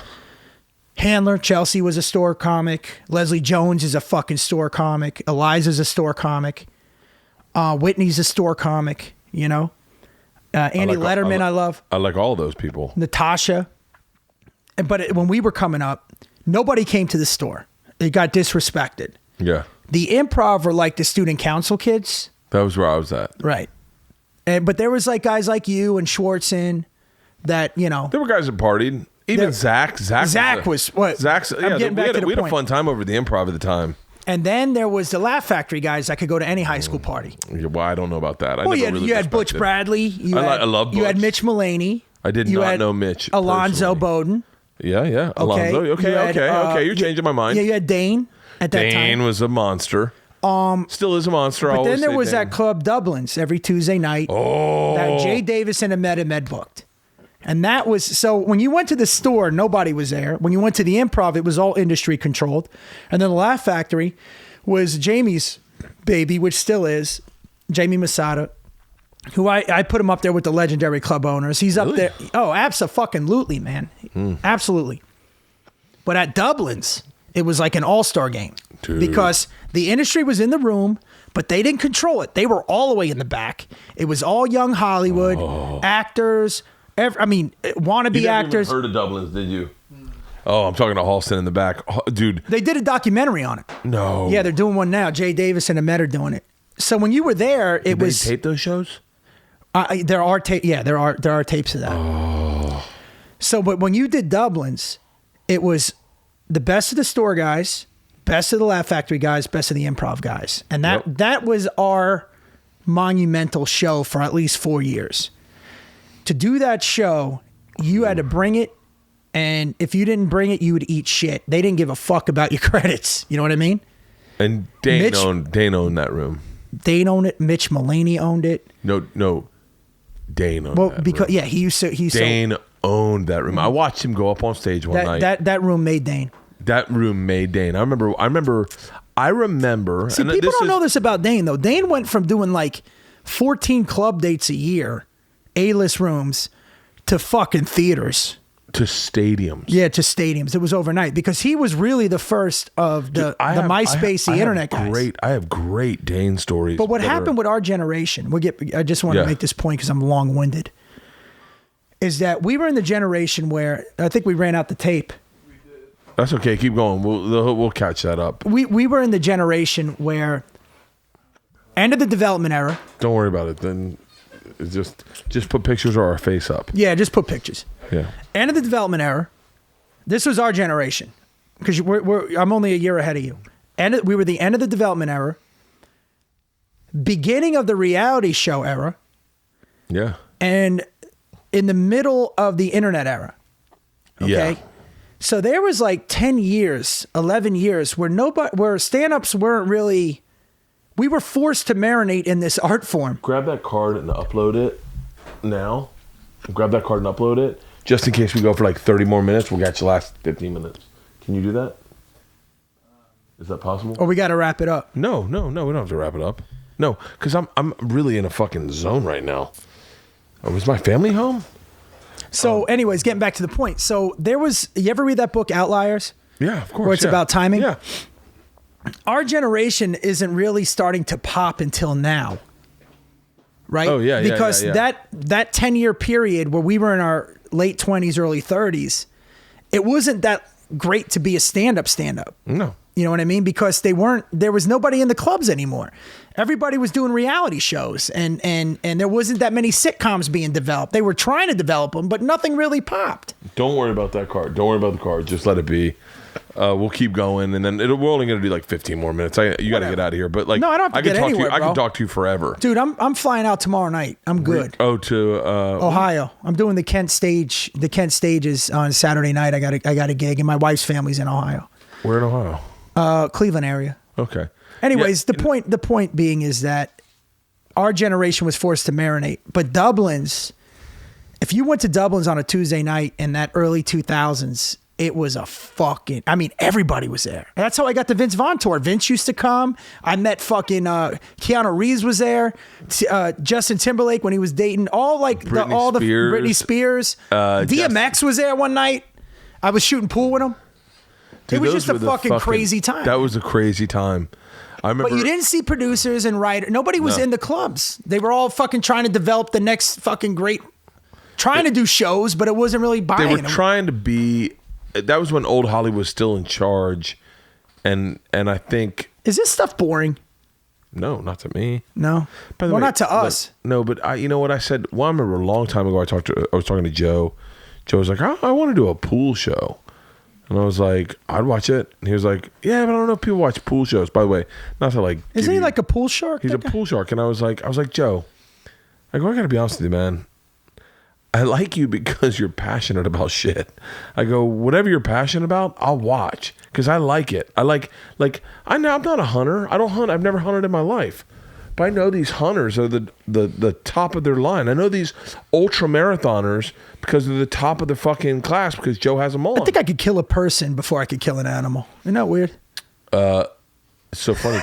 Today I said, Today I said to myself, I'll eat the fuck out of an animal. I just don't know if I could kill an animal. I was like, I don't know. If I was hungry, I'd fucking. Yeah. I could definitely kill an animal. And I'm all for hunting. I've killed animals. I've killed rats. I shot a rat in the back of the head. Yeah. He should have kept his mouth. No, it was in a pool.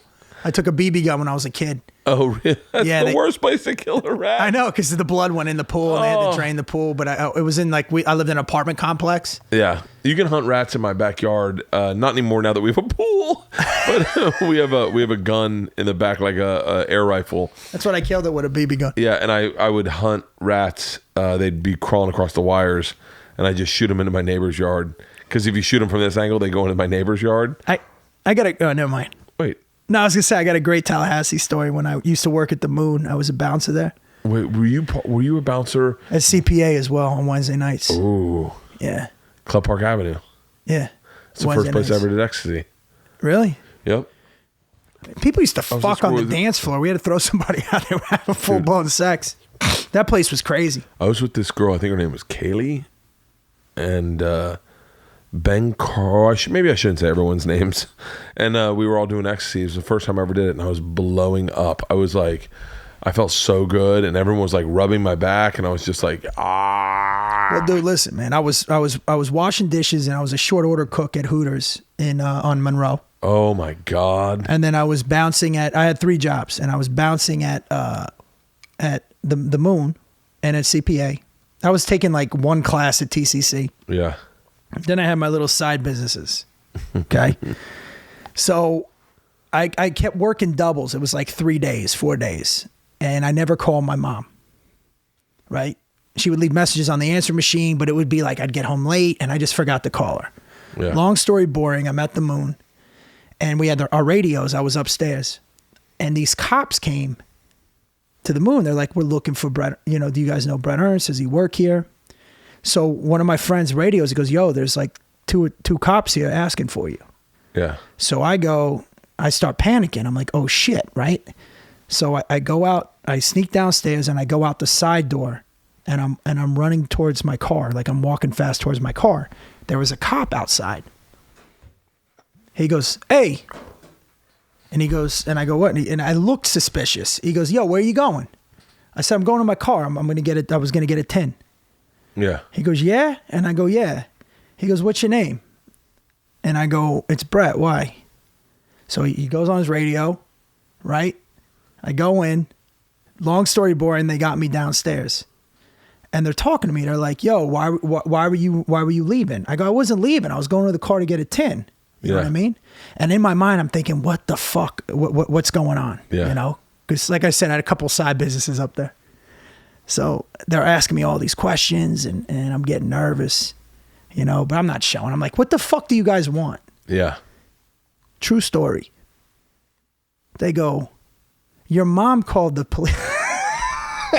They go, your mom called the police station. She was worried something happened to you. Are you serious? And I'm like, that's why you guys are here? Like, But they're like, why the fuck were you running? I go, I wasn't running, man. What the fuck, And they go, well, and so they ran my name, see if I had warrants, all kinds of crazy shit. Then they're like, you need to call your mom. And I'm like, motherfucking, are you serious? Like, because I didn't call my mom, she got nervous and called the cops. Oh my God. And I can't call my mom. Like, Mom, what the fuck are you doing? Call the fucking fire department.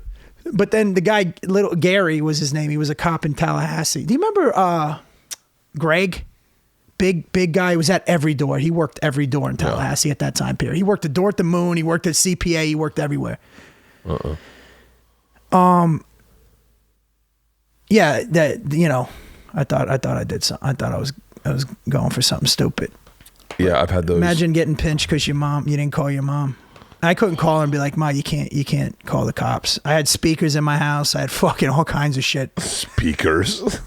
I used to drive around in a van and pull up in gas stations. I had friends of mine that were selling speakers out of the van. Are you serious? Yeah. Do you remember Enzo? I have a friend named Enzo. No, but played football at Florida State. Yeah, Enzo Armala. Yeah. Yeah, I know He Enzo. was the guy that they carted off and he gave the tomahawk shot. Yeah, I know Enzo. Yeah. Yeah, what's he doing now? He's from Miami. He was down in Miami. Yeah. Enzo Jesus Hernandez. Shout out to Zeus. I remember Jesus. Jesus had the big fucking. I remember one time they came down to Beach Week and they had the big python around in the Yeah, neck. I know all those guys. Yeah. You know Spitty and. Yeah. What's up? What are they doing? They just living down there? Zeus is. You know what's crazy is Jesus was playing in a basketball tournament in Vegas. For like a celebrity tournament, I don't know what he was there. It was like a basketball camp, and Jerry Ferraro, Turtle, who's one of my closest friends. They became friends, and they didn't know that we knew each other. But Jerry's like, "Yo, you know this guy?" I'm like, "Yeah, that's the guy who used to fucking hang out with in Tallahassee all the time." That whole crew. I met those guys freshman Remember Matt year. Plato? Yeah. Played tight end. He used to roll with them all the time. Yeah. We're shouting names out right now. Dude, I met remember Enzo and Jesus freshman year. You know who I used to hang out with? You remember Kelly Rush? No. He was like the biggest name in defense. I hope you guys are listening. Hit me up on Facebook. No shit. Well, I know I keep in touch indirectly. I actually saw Zeus. He came out here. No, it was not Zeus. It was. Do you know Frankie DeWap? How do I know Frankie DeWalt? He owns Brick and Mortar down in Venice. Oh yeah. He ran the bar here, and he was from Tallahassee as well. Who do I want to? This is. Do you remember? We got to do this off air. Lincoln Kennedy. I know of. I don't know him personally. So Lincoln Kennedy. By the way, I'd love to have Lincoln Kennedy. Remember Sterling Palmer? Yeah. Wait. Do you remember? He went to St. Thomas. We in high school. Like he was a year older than me. There was a guy that came in our freshman year that Lincoln was there. Lincoln and I are the same age. Lincoln's 45. Jesus is 45, I think, and so is Enzo. And there was a guy that came in as, I want to say his name was Derek Starr. He was the star running back. His name was Starr. I want to say it's Starr. He was like the freshman phenom, and we were all living in the dorms together, and I'd see him in the cafeteria, and people were like, he's going to be a millionaire one day. And I never heard what happened to him. I was curious what happened to that guy. I don't know him. I used to Lincoln Kennedy. If Lincoln Kennedy wants to be on my podcast, I'll fly out to you, because Lincoln Kennedy and I had a class together. Dude, I wasn't even in FSU. I was just there. At that time you weren't, but you ended up there in like. I never went to school there. I just lived there for I actually, believe it or not, I was going to try and get into FAM to play. Really? Yeah. That would have been an interesting experience. I had a bunch of friends there too, man. That's when you were like the FAM party. I used to hang with a lot of those guys back then. I did not. I did not. It was there was a real differential. Like I remember when the FAM homecoming would happen, everyone at Florida State would bail, and they'd take over Tennessee Street. And that Sunday when you drive home, Sunday night, Tennessee Street would be overrun by FAM students, and they would shake your cars as you drove through Tennessee, like through all the bars. Dude, when I was a kid, I used to have fake IDs, and I used to get free meals. I would make it my birthday.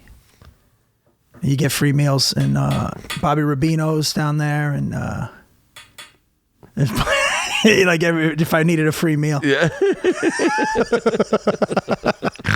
Dude, we did some. I'll tell you some stories off air, but it was a lot of fun, man. Those were good times, man. I used to hustle, bro. Anyway, Lincoln Kennedy was in a class I was in, and they brought in this guy's Miles Mosley.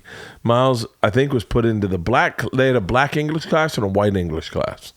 Our freshman year, and Miles Mosley was in the black English class because I think they thought he was black because his name was Miles Mosley. So they put him in the black English class and us in the white English class. And then it was right around that there was racial tensions in the country, and they had a class where they brought us in. I don't remember there being racial tensions back then, man. It was bad if you were white, I guess, because black people were getting a voice.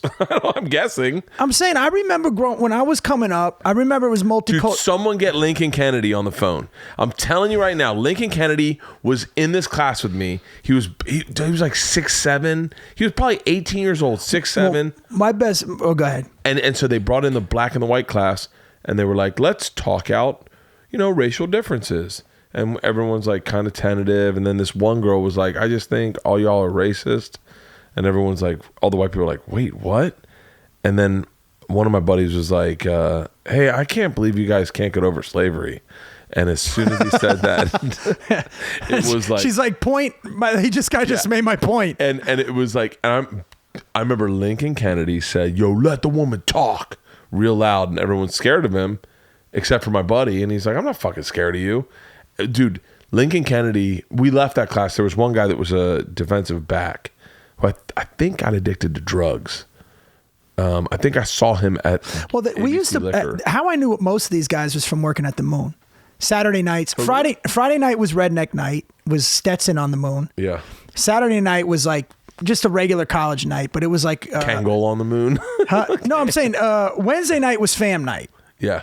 And here's the difference between like the all black night and the redneck night. Yeah. Redneck night, you had a lot of problems. You'd have like 6 fights a night. We'd have to get guys out. Let me tell you something. I had a guy if you're talking problematic, if you're gonna sizzle down race and say problematic, Tallahassee was much more problematic with rednecks. Well, listen. It's fucking tons more rednecks here's the than there were difference. black people. When you work Wednesday night, well, Friday night was redneck night. You have average 6 fights a night. I was gonna say we had a guy come in one time. I don't know how the fuck he got past the guy at the door, my buddy at the door, but he had a shovel. He had a guy with a shovel. So you had like 6, 7 fights, but you could. He brought in a shovel. Right, you could clear it out, right? He brought in a fucking shovel, what a bro. fucking animal. Yeah.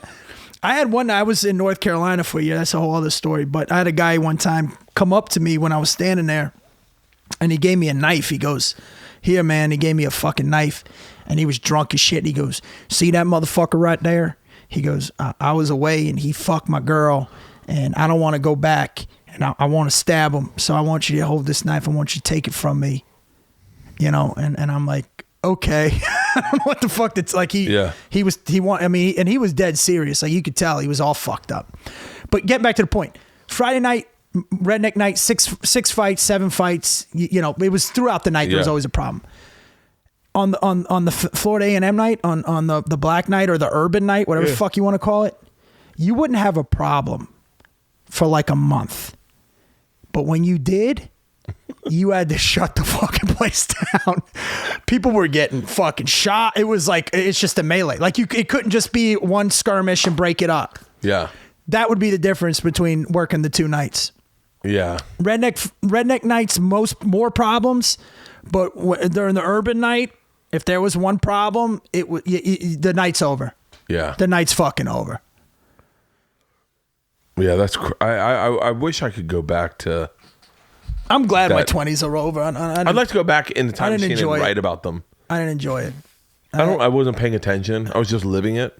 Like now, I'm paying so much attention to my feelings, my emotions, my thoughts. As a comic, I just feel like I'm. Well, because you're a fucking man. You don't have testosterone raging through you. And is that what it is? Absolutely, man. Why do you think they send young guys to war?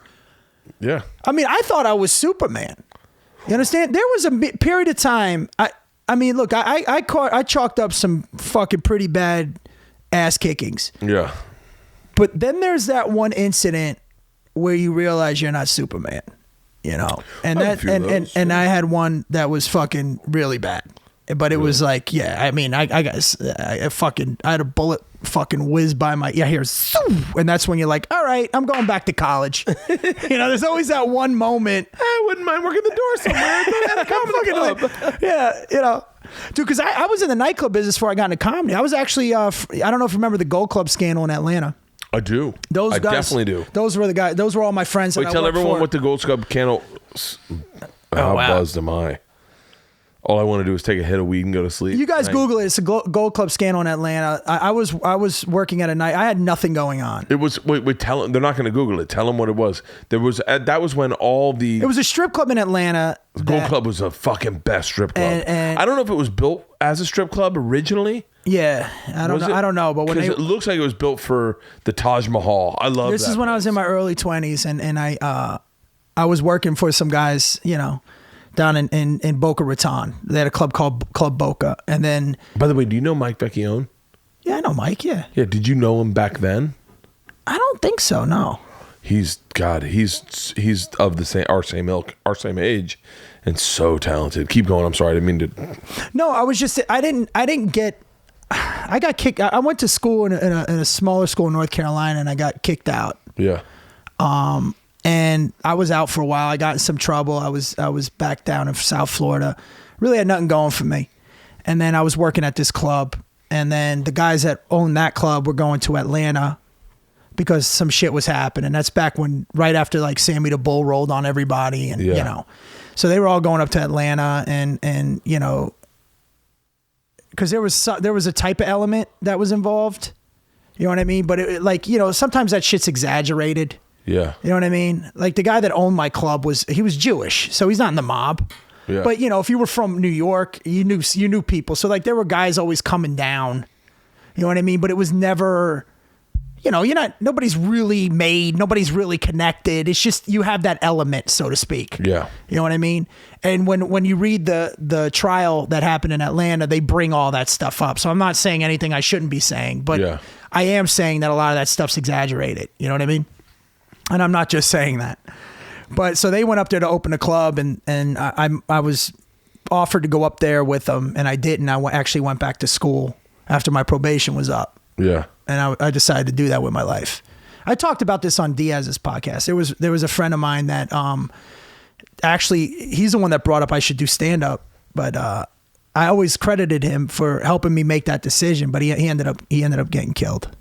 But he was a good friend of mine, man. How did he get killed? He shot him. He was involved in some things, but that was the guy that was like, you know, you're better than this. You don't need to be around this. Even though there was, you know, there was a lot of shit happening. I didn't know anything really about it. I was just around it. Yeah. I have to talk about that in my act. There's guys that are around things, guys that are in it, and guys that are about it. I was just around it. Yeah. You know what I mean? I mean, I don't know. Well, you already said you do, but I have a strong belief in God, and I couldn't hurt somebody for money. I could hurt somebody to protect my family or somebody I care about. Like I'm more likely to hurt somebody over protecting someone else than even my own self. But you know, when you're around that type of shit, there's all kinds of people that come in and out.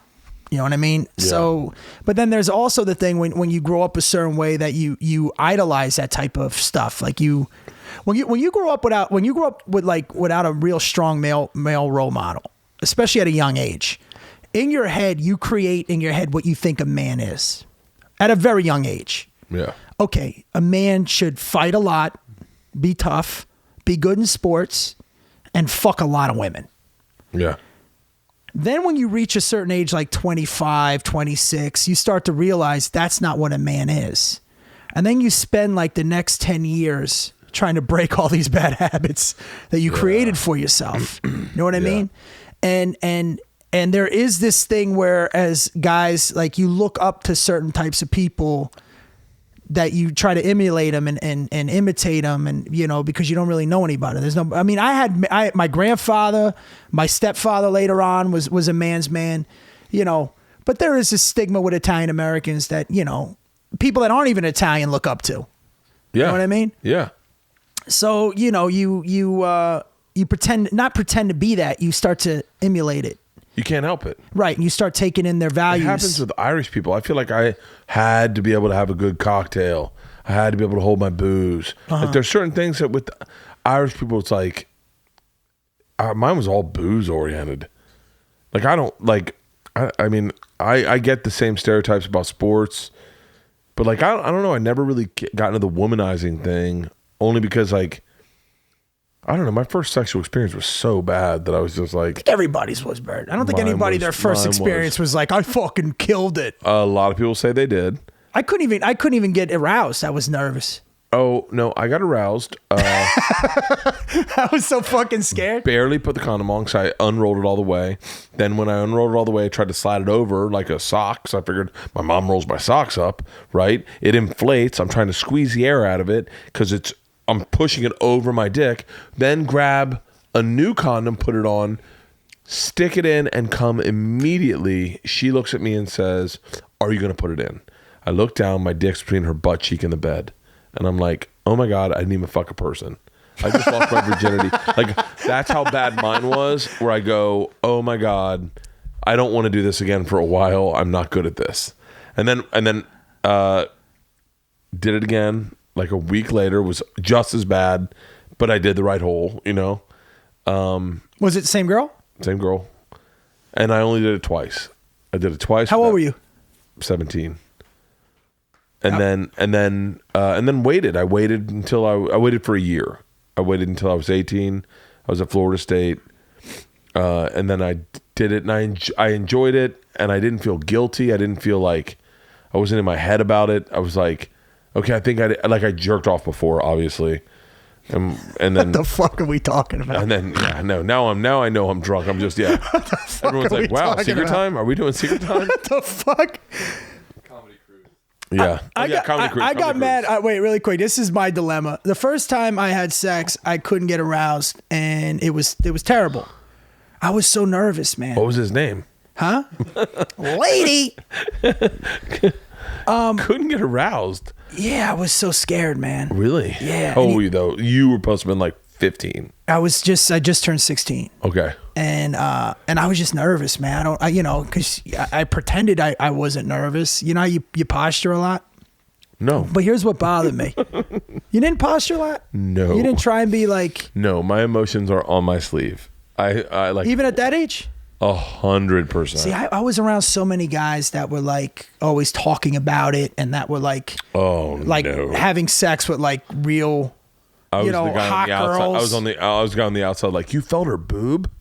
Like, oh my God. See, I was so inexperienced, and the guys that I was friends with were older than me. Oh, yeah, that makes sense. All my friends were my age. But this is what pissed me off, though. She What's told that? everybody. She got mad at me because something happened, and I was trying to avoid it again because I was nervous. Yeah. She told everybody I came quick, which I would have been okay with that. But the reality was I didn't even... So what do you say? Well, you didn't even come? No, I was so nervous. Eddie didn't come either his first time. I was scared. He was so nervous he didn't come either. And I think it is a psychological trait because now he could fuck for hours and he's like, nah, yeah, I gotta really be in the mood to come. See, I didn't really start getting into girls until I was always into them, but I meant like really having success where the desire met with the performance until I was maybe 19, 20. Oh, my performance. Because I never had a girlfriend. My performance met with my desire, I think, in probably 19, where I was like, oh, I can perform now. But I was never good. I'm worse now than I've ever been. Well, was it because your T levels drop? Maybe. Do you work out? Well, you're working out. That brings No. I keep my dick gets hard. I just come super fast now. Still? Oh, yeah. Oh, I'm so attracted to my wife. And it sucks because there's times where I go, theoretically, I should be not into her. Like, theoretically, if I was 18 years old and I saw my wife naked, I'd be like, ugh. But I look at my wife and I get so turned on. And I'm just like, it's almost like I'm a pervert for her. Well, that's great. Yeah, it is great. But God forbid she dies and then I'm looking for that. I'm like... Oh, I'm looking for a 46-year-old, kind of overweight, but not really. Looks good in clothes, but naked it looks odd. Big tits, but didn't start with big tits. Weird décolletage. You better hope she don't hear this. Oh, she's got to be so over it now. She can give two fucking shits. Yeah, that's how you know you're in love. Yeah. You're married. I got naked in front of her the other day. She goes, looks like you're still wearing a belt. I was like, oh. Well, I can only imagine. I mean, I've just got to say, I mean, between the two of you, I'm pretty sure that she's losing. Oh, fucking, she's taking the L to the face all day. Like, there's so many levels of her losing on this in this scenario. All right, comedy cruise, and then we'll wrap this up. Comedy cruise. How long have we done? 3 hours. 7. Get the fuck out of here. How the hell are people gonna listen to this? Dude, listen, I know a guy. My podcast is an hour tops. Oh, you got to change that. Really? I think I like an hour podcast every now and then. But I like to get into a groove. I like to fucking ride the wave. Yeah. I know there's a guy. I forgot what you did. I know you live in Spokane, and you told me what you did, and I'm so sorry. But he goes, dude, I do this all day, every day, and your podcast gets me through the day because I go, oh, cool, 3 hours gets me through lunch. No, there was a guy this weekend in Spokane that told me what he did. I said, tell me what you do. I'll mention it on the podcast, and I forgot about it. But Comedy cruise. You can let's put Are you talking about a crew, like a crew of guys, or are you talking about a cruise? It's a cruise, because my main goal is to do a cruise in comedy. I would like to get big enough. Like I look at guys. We like Jim. can absolutely pull this off. I know for a fact we could pull this off. No. No, I know for a fact. Anyway, let's say, let's say 10 comics, just so we can make it easy. People are going to wrap their head around it. And by the way, what's the criteria? Guys you can hang out with, drink with. Criteria is, let's do this. Let's do. Are they? I mean, three big names that are like doctorates of stand-up, meaning like guys like, I figure we're seniors. These guys are in their master's program. And then the rest are the seniors that you want to be with. See, I say we're in the master's program. They have doctorates. Okay. Because that's above masters. But I don't want to. What I don't want to do is I don't want to include people. Being over 15 years in stand-up, or even close to 20, is like having $1 billion or $3 billion. Once you get to a certain point, you're already repeating everything you've seen. Like you're okay. So then is Sebastian? Because Sebastian, I would put him in the doctorate level. He's at our level. We're not talking about draw wise. Draw wise, he's interstellar. But I meant he's in our age range. He's in our class. Okay. Let's do it that way then. All right. I can do that. So you're talking about guys that are above us. Guys are above us, and then our class. Okay. 10 people on a cruise. Who do you bring? See, now this is a gray area about our class, because there's tweeners. If we're going above us, just guys that I can hang out with, argue with, have fun with. My top 3 would be Burr automatically. Okay. I throw Rogan on there, and then I throw Diaz. Okay. Because I don't really. I mean, who else you put in there? I wouldn't mind Colin Quinn. Colin's great. I wouldn't mind. But I you know what? Again, I don't know him. I wouldn't mind Burr. I definitely want Burr. I definitely want Rogan. This is where it gets tricky. Let's exclude the class and do the top 10, because I'll tell you who I want. I want Burr. I want Rogan. I want Colin Quinn. I want Jim Jeffries. I want Segura. I want Ari. I want Joey Diaz. See, now we're talking about 2 different things. Yeah, we are, but let's just put our 10 together. Okay. I want sleepers. I want because my over Big J Okerson. Okay. I want, because now we're doing. You can't do yourself. I can't throw you in there. You can't throw me in there. It's just us. Me. Oh, we're included in this 10. Well, I'm saying we're outside of this. I want Sebastian. Yes. Pretty much want the fucking Saturday Night Main Room lineup. I want Tripoli. Abso-fucking-lutely. Like and I think that would be a really great mix. Now, if we're talking about guys, now I want to go. Now I want to expand it to 20. I want Norton. I want DePaulo. Oh my God, I want DePaulo and Artie. I don't want Artie. Well, I'm saying if you're gonna want Artie. Okay. Only because then he makes my drinking look okay. I want Nate Bargatze. I want Sal Vulcano. Sal's fucking great, dude. Yeah, right? What a great kid. What a great dude. Dude, he really is fucking phenomenal. He's great. Oh, there's so many. I want Callan. I want Dub Davidoff. I want Brendan Schaub. I want, now I start going where this list gets too long, where I go, because I definitely want Dub Davidoff. Here's my 10, excluding you. Okay. Rogan, Burr, Diaz. Yeah. Sebastian. Yeah. Callan. Yeah. Dove. All right. Okay.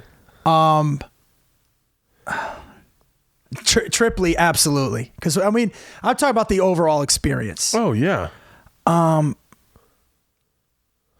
God, who's the other 3? Now, if we're talking favorites as well, I'll tell you who I fucking love. Yeah. And this ain't just to throw in a person of color. Corey Holcomb. Oh my God. Dude, I can watch him and D-Ray.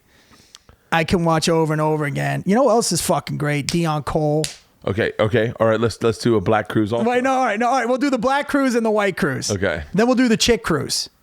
Ooh, I like this. All right. I'm gonna have to pee again. All right. So if these are our 10, these are people that with what we'll do, because this way we're categorizing. Yeah. Let's categorize. Burr, Rogan. Yeah. Joey. Burr, Rogan, Joe Diaz. Yeah. Okay. We're not counting you. You're already automatic. Right. He's outside of us. Right. Tripoli. Yep. Callan. Yep. Dove. Yes. Okay. You know who I fucking love? Who? Theo Vaughn. I throw Big J in this. I absolutely throw Ari Shaffir in this. Okay, all right. Then that's your 10. No, you got one I got more. one more. I got one more. One more white guy. You got to throw in Segura. Brian Holtzman. Ooh. I was talking to Brian. But what about Segura too? This sucks. Okay, no. Okay, no. Sorry, Tom, you didn't make it. Now listen. No, Tom makes it. Let's. He's an alternate. No, Tom makes it. Okay, let's do black. Here we go. Jay Black Larson's Cruise. great. Black Cruise you could be on where you kill every time. Okay, and you all we have to do is 5. Well, we're just talking about guys. All right, Corey Holcomb. Yep. Dion. Yep. Dion Cole. D. Ray Davis. Okay. Do you remember? His name's gonna come to me, man. He was in Don't Be a Menace. He was one of my favorite comics I've ever seen. He used to act out. Daryl Heath. Remember Daryl? No. Kevin Hart. Oh, okay. Yeah, wait. All right, we won't count him. Yeah. He's doing movies. He can't do the cruise. No. I'll take him. That's 5 right there. I'll tell you my 5. Ian Edwards. We got 10, right? Fuck yeah. Okay. We got 10. Jesus Christ. This is how good stand-up is now. If you're a fan of stand-up, there's so many great ones out there. Gerard. I throw Gerard Carmichael in there. If he's not doing movies. Is he too big? No. Okay. Well, he's in the new Transformers. I mean, he's fucking... Is he really? Yeah, he's doing a lot of shit. I mean, I think Kevin Hart would be the too big performance. Kevin's too hard. We don't. He's on my 10. Eric Griffin. Is he black? Yeah, he's mixed. He goes both ways. We're just naming our favorite comics. Donnell Rollins. Donnell is fucking... Oh, what about... Chappelle's too big. No. Donnell Rollins, Chappelle, Red Grant, Tony Woods. Red Grant's fucking great. Tony Woods is a beast, man. Dude. Oh, what about Tony Rock? Tony Rock. I'm definitely going Chris Rock, man. If we can do This game sucks. Look, they can drive in the same car. All right, let's do our chicks. Okay, chicks. Lisa Lampanelli, I love. Pass. Really? Yeah. Oh, dude, she just has no fear. Paula Bell. Oh, Paula Bell's in. Fucking, I'd throw Eliza in there. 100% I throw Eliza in. I'd throw Annie Letterman, I love. Natasha Leggero, I love. Natasha.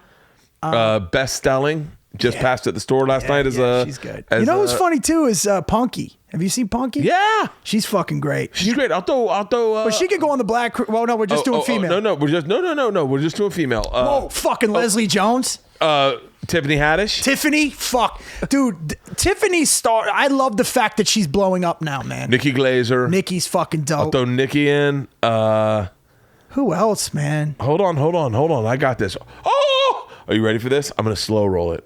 I know if she's listening, I know she's like, why the fuck haven't you named me yet? Christina Pajitsky. Oh yeah, she's fucking good. Oh, you bad bitch. She's fucking amazing. What's Carmen? And Whitney.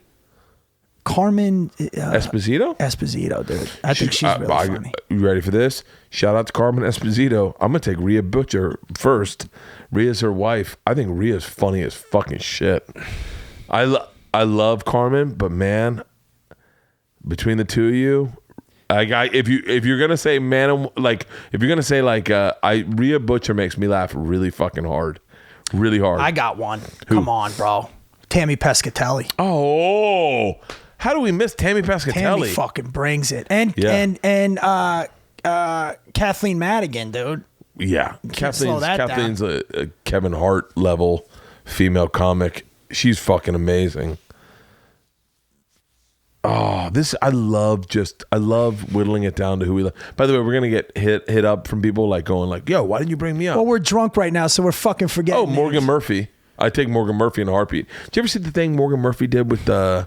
She's funny, dude. With the Carlos Mencia thing where she recreated Carlos Mencia. That was the funniest fucking thing in the world.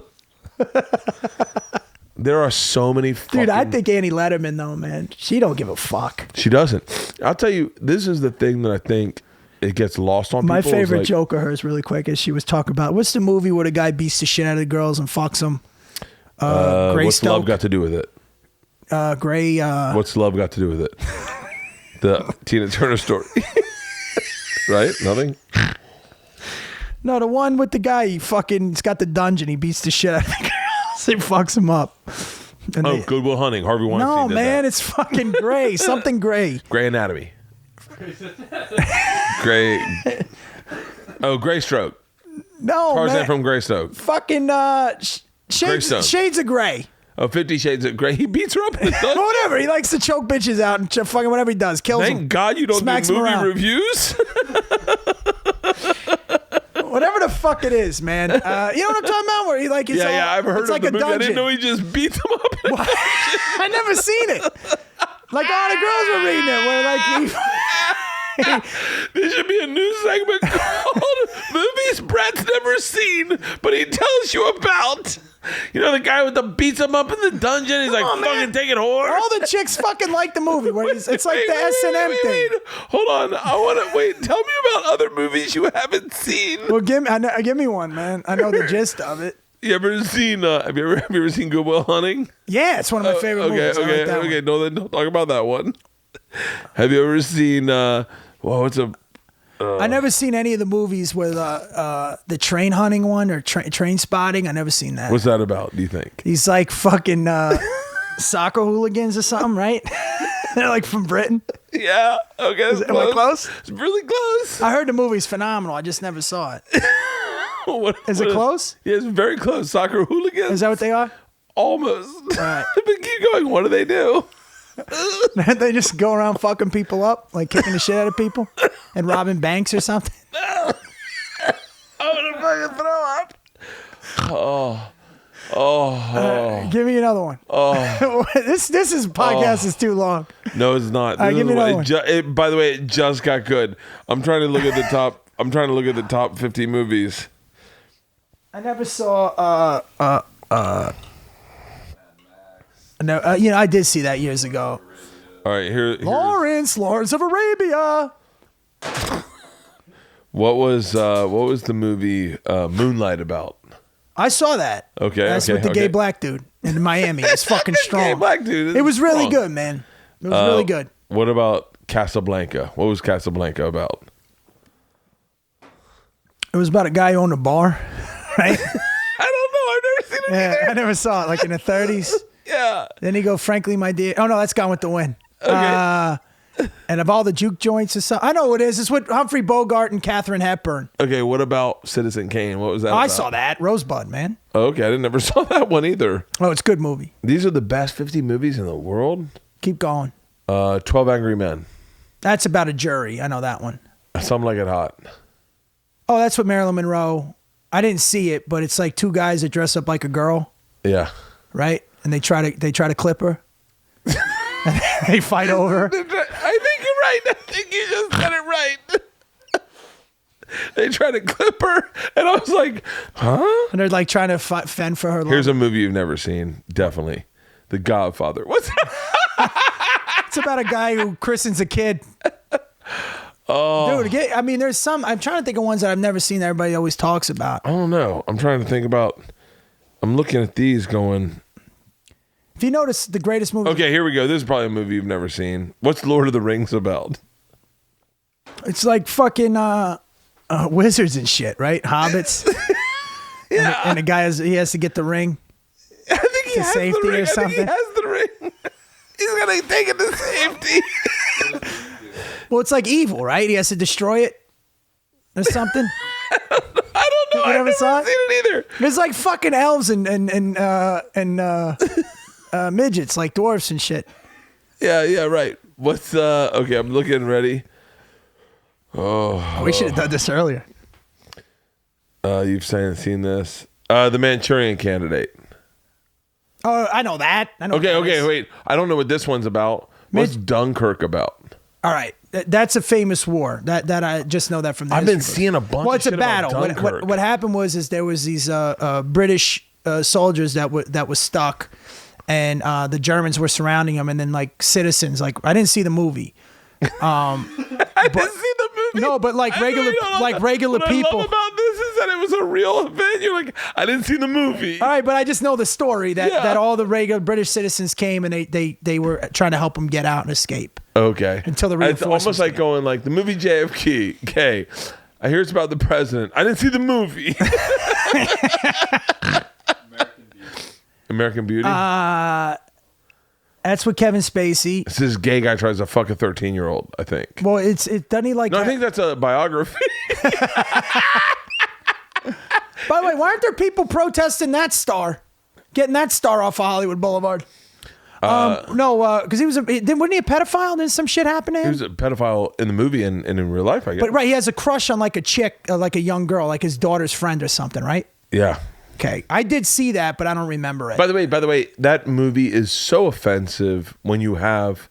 I mean, I don't have like an 18-year-old daughter, so I don't know. Like, I mean, I'm not, but like, I'm just saying, like, as a father, when your daughter's friends come around, I know, dude, no dad's checking out his daughter's kid friends. Listen. I just want to go top 10 movies you wish you'd been in. Top 10 movies I wish I was in. Top 10 movies you'd wish you'd been in. So ask me. Let me ask you this question. No, I already asked you. This is why can I tell you what drove me nuts about you? Do you remember when that kid broke the champagne bottle over the fucking goat's head? Yeah. And you were like, let's take it clean from the top.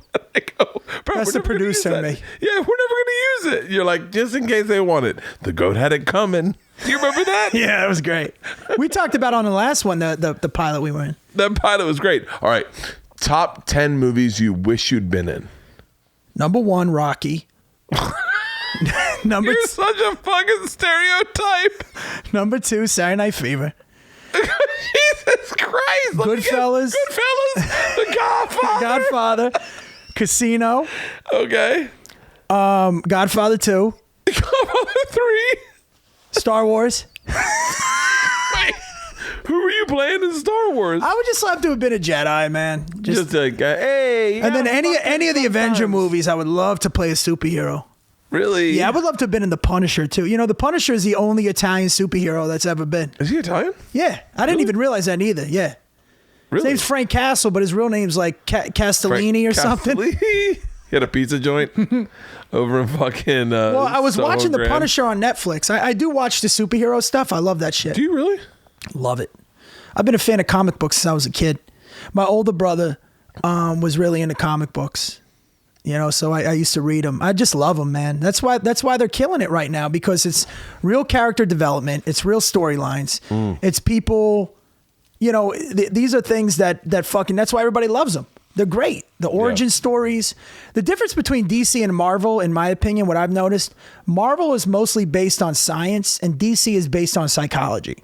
Like if you ever look, the Marvel comics, there's always some type of a DNA alteration. The fucking X-Men or genetic fucking... I did not expect this conversation out of you. But with superheroes, it's like Batman saw his parents die. Marvel, they both have aliens. Yeah. Superman's the only, it's more of a psychological thing. Even though he's an alien, he's the only one of his kind. It's really interesting. Yeah, I do love superheroes, man, on many levels. That's so interesting. Yeah, I never got into comic books. That guy, I remember that at the very beginning of the podcast, we were talking about that couple we went out to dinner with, Matt and his wife. He got me into the League of Extraordinary Gentlemen. That's a good movie, man. And I was like, oh man, I was such a meathead. I was such a meathead that I was like. Did you ever juice? Did you ever take steroids? No. So you're not a meathead, but go ahead. Yeah. Close enough. But yeah, I never got into steroids. I was always afraid of drugs, ultimately. Even though you did, Coke and ecstasy and all that. But like, I just thought steroids was like, it's like, I never saw the benefit because it wasn't immediate. It's like an after school special where you just start fucking roiding out on people. With Ben Affleck, where he starts beating up walls. You know what? A stroke. Wait, did you do steroids? Never. You know why? Why? My hair. Oh, you have such a good head of hair. I just never wanted to fuck with my hair. But I used to train, man. I trained. You ever eat Viagra? Yeah, I took a Viagra one time, man. I've never taken a Viagra. I took one. I was drinking one night and I used to take the herbal Viagra. Red Band used to take that for a joke, I think. Like he had a bit where he took a herbal Viagra every night. It didn't work. Oh, really? Yeah. I forgot what I was talking about, but Top 10 movies I wish I was in. Oh, top 10 movies I wish I was in. Fletch 2, Caddyshack. They're all comedies. Mine are all fucking mob movies. No shit. What's the Point Break? I would love to have been Point Break. Can I say something? Yeah. I would have loved to have been in The Karate Kid. Yeah, and me too. And the fact that I'm in the series, it really did. That was like one of my favorite movies of all time, man. And to be involved with that series, it was fucking surreal because I'm in the scene where Daniel and Johnny first see each other, where they haven't seen each other since The Karate Kid. Really? Yeah. I wish I could ask you on this podcast how that plays out, but I'm sure they're going to reveal that. They just see each other for the first time. Oh, yeah? Yeah, and, it's like an awkward moment. But, it was pretty cool being a part of that.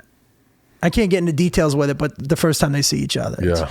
Dude, listen to me, man. I would, and I'm not just saying this because I'm on the show, so I'm not. Yeah. The next thing I would subscribe to is YouTube Red. I'm a member. Dude, found that out tonight, Red Holston. They're programming. They're getting some good shows together, man. That's all I gotta say. Yeah, I mean, this, there's a lot there. There's a lot of good shows that are supposedly coming out because I think they started the channel before, but they were using all the YouTube. Does Ralph Macchio drink? In the movie? No, in real life. I mean, in the show, he drinks wine. Does he really? Mm-hmm. He's like a Somalian or whatever it is. Like he knows. He's from Somalia. You fucking jackass! He's a Somalian. A sommelier? No, he knows a lot of. He knows a lot about. By the way, that's not the first time I've said that. I've made that mistake. He's a Somalian. Oh, I fucking love you. Oh, you make me fucking giggle. It's so funny. You make fun of me even with the movie reviews and shit. Oh, but you know what? I fuck words up a lot, man. Do you know we're so similar? Like in that, I did a benefit last night for at the Improv for Forrest, and it was this type of blood cancer called Meliana, whatever. Meliana Grande. Yeah, and I read when I read it, I was like, oh, melanoma. I just read melanoma, so I wrote a bunch of melanoma jokes, and then got on stage and realized it was not that disease. I was like, well, I've already written these jokes. We're just gonna have to sit through these jokes. And I told a bunch of melanoma jokes. And they were You did grow up in Florida. Yeah, I was like, Forrest grew up in Florida. Fucking Dave Williams is here. He's white as fuck. Jim Jeffries is here. Of course, he's got melanoma problems. I was like, oh, it's all melanoma guys. Stupid. Oh, fuck. No, I fuck words up a lot. I mean, I fuck words up a lot. Well, I talk about my special. Well, I don't know if I do in this one. And this I have a joke. I'll run it by you. Tell me if you tell this joke. I mix up the word by proxy all the time, and then I go, you ever slide a word in, you think you know what it means, and then it comes out wrong. You're like, oh, I didn't know what it meant. My wife's doing that with the word bukkake right now. Leanne thinks she knows what bukkake means, and she's like, I was like, how's the Ford dealership? She goes, oh, I got so bukkake'd up there. I was like, really? She's like, well, they had to change the fluids. They all jerked off on your face. Yeah, exactly. No, I used to stutter really bad as a kid. Really? Yeah. It still comes out every now and then. And I talk very aggressive. Yeah. And everybody always thinks I'm yelling, but I talk very aggressive because I try not to stutter. Now now I'm going to start fucking. I'm better now. When I was a kid, it was bad. I used to stutter and lisp. I was all fucked up. Really? Yeah, I used to be like, hey, you guys doing? I was all fucked up. Oh, you were a character in Goodfellas. I would have been. I would have been Jimmy Stutters. Jimmy Lisps. Oh, slippery stutterer.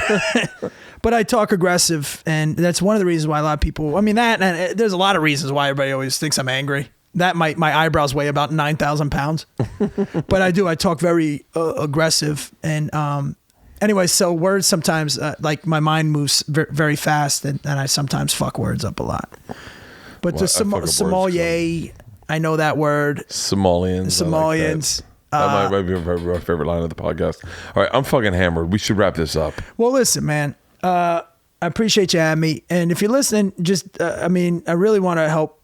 I want to promote the special a little bit.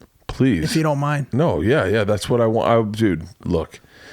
I'd come on here once a week if I was able to. I'd be a guest all the time, man. Well, let's do one with should come on mine, man. Mine's an hour. This has been like 4 hours. I don't know how long we've been. I like the long ones. I like the long drawn out ones. Well, what we do is we list things. We do top 10 lists. I think we talked about this last time. Yeah. Like we did. Like you would have said top 10 movies you wish you were in. Yeah. I like we did top 10 colognes. Top 10. Yeah, I couldn't answer any of those. I've never worn cologne in my life. Shut the fuck up. No. You never wore Jacquard? Polo Sport, Polo Jupe, Aqua di Gio. I wore Jacquard in 9th grade. Aqua di Gio, Kenzo. No. I haven't worn Aramis. in at least 30 years, 20 years at least. Oh, definitely 20 You years. filthy white animal.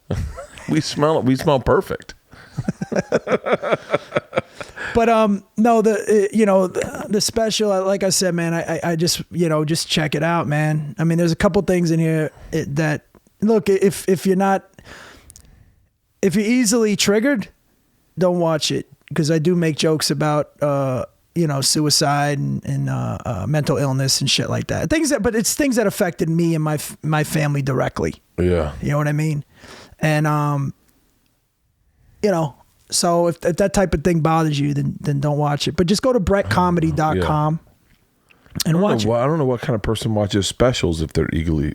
Man, it's a weird time we're in. It's a weird time we're in. I mean, I did a joke about mental illness one night at a show, and there was somebody there that there was like a mental health group that got a little upset with me. But it's like I was talking about my own father. Fuck them. Yeah, dude. One of my best friends killed himself, and that is my experience, and you can't take away from my experience. But at the same time, and I know this sounds crazy, but they do come from a good place. Like they think they're doing. That bothers me. But if I'm talking about my own tragedies or my own thing, but. It's just one of those things, man. When you grow up around a lot of bullshit and stuff, to me, that's where humor comes from. Yeah. When you come up from fucked up situations or things in your life that, are hard to deal with, you deal with it through humor, which is why a lot of comics are fucked up.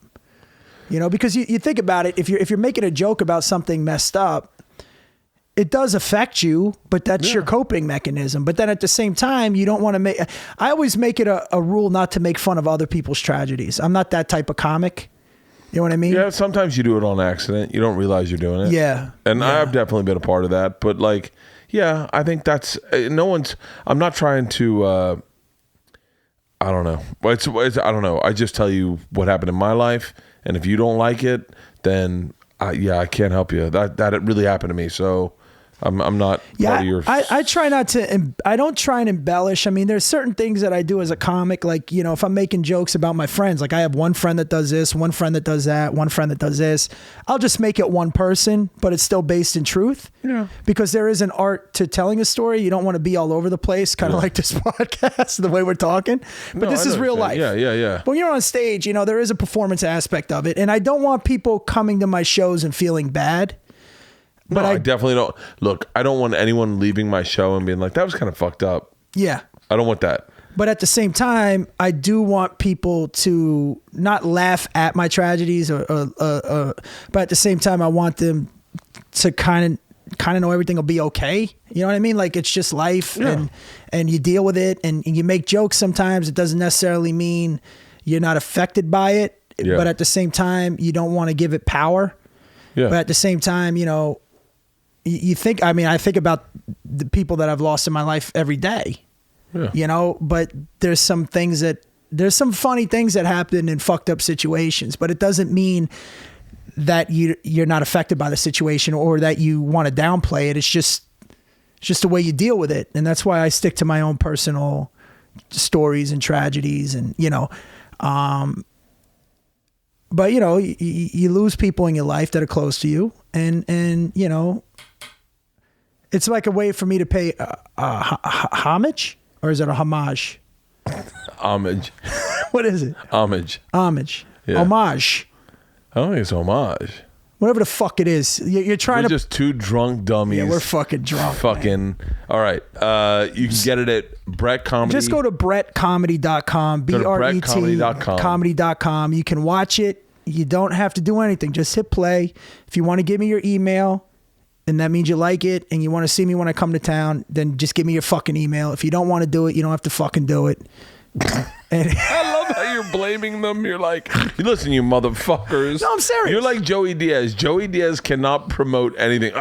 Listen, cocksuckers, I'm going to be here. If you want to go, go. I mean, I know with me, I'm not good. I'm not good at like... not that I don't have a high opinion of myself. I just self-promotion is not your thing. No, man. You and I were never. And trust me when I say this. And I know you guys might not know me as this person now, but my thing in life was never to like tell you what I'd done. I just lived my life, and then the world changed, and I met a guy named Dane Cook, and he was about self-promotion.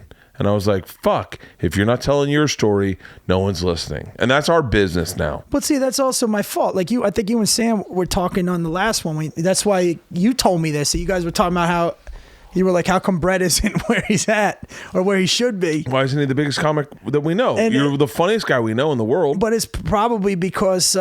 I don't know, man. I'm not good at maybe this because shit, you man. don't know Twitter. I'm not good with social media, man. And it could behoove you, I think, in my opinion. Well, that's what I'm trying to do. Take a week and learn social media and enjoy it. Well, listen, man. I tweet, but I don't know what. I don't know what. I tweet things about comedy or like mostly sports.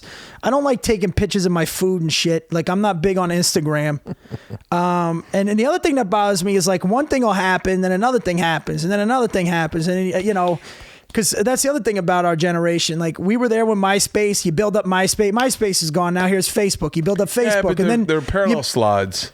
Yes and no. I mean, then you had the Vine shit, and then you're like, okay, then that went away, and then you had Twitter, and then Instagram, and it's just hard for me to keep up. And again, as a guy that's not computer savvy, it's just you know. So I hired people to do some things now. Yeah, but that's the biggest disconnect. I'd stop that immediately.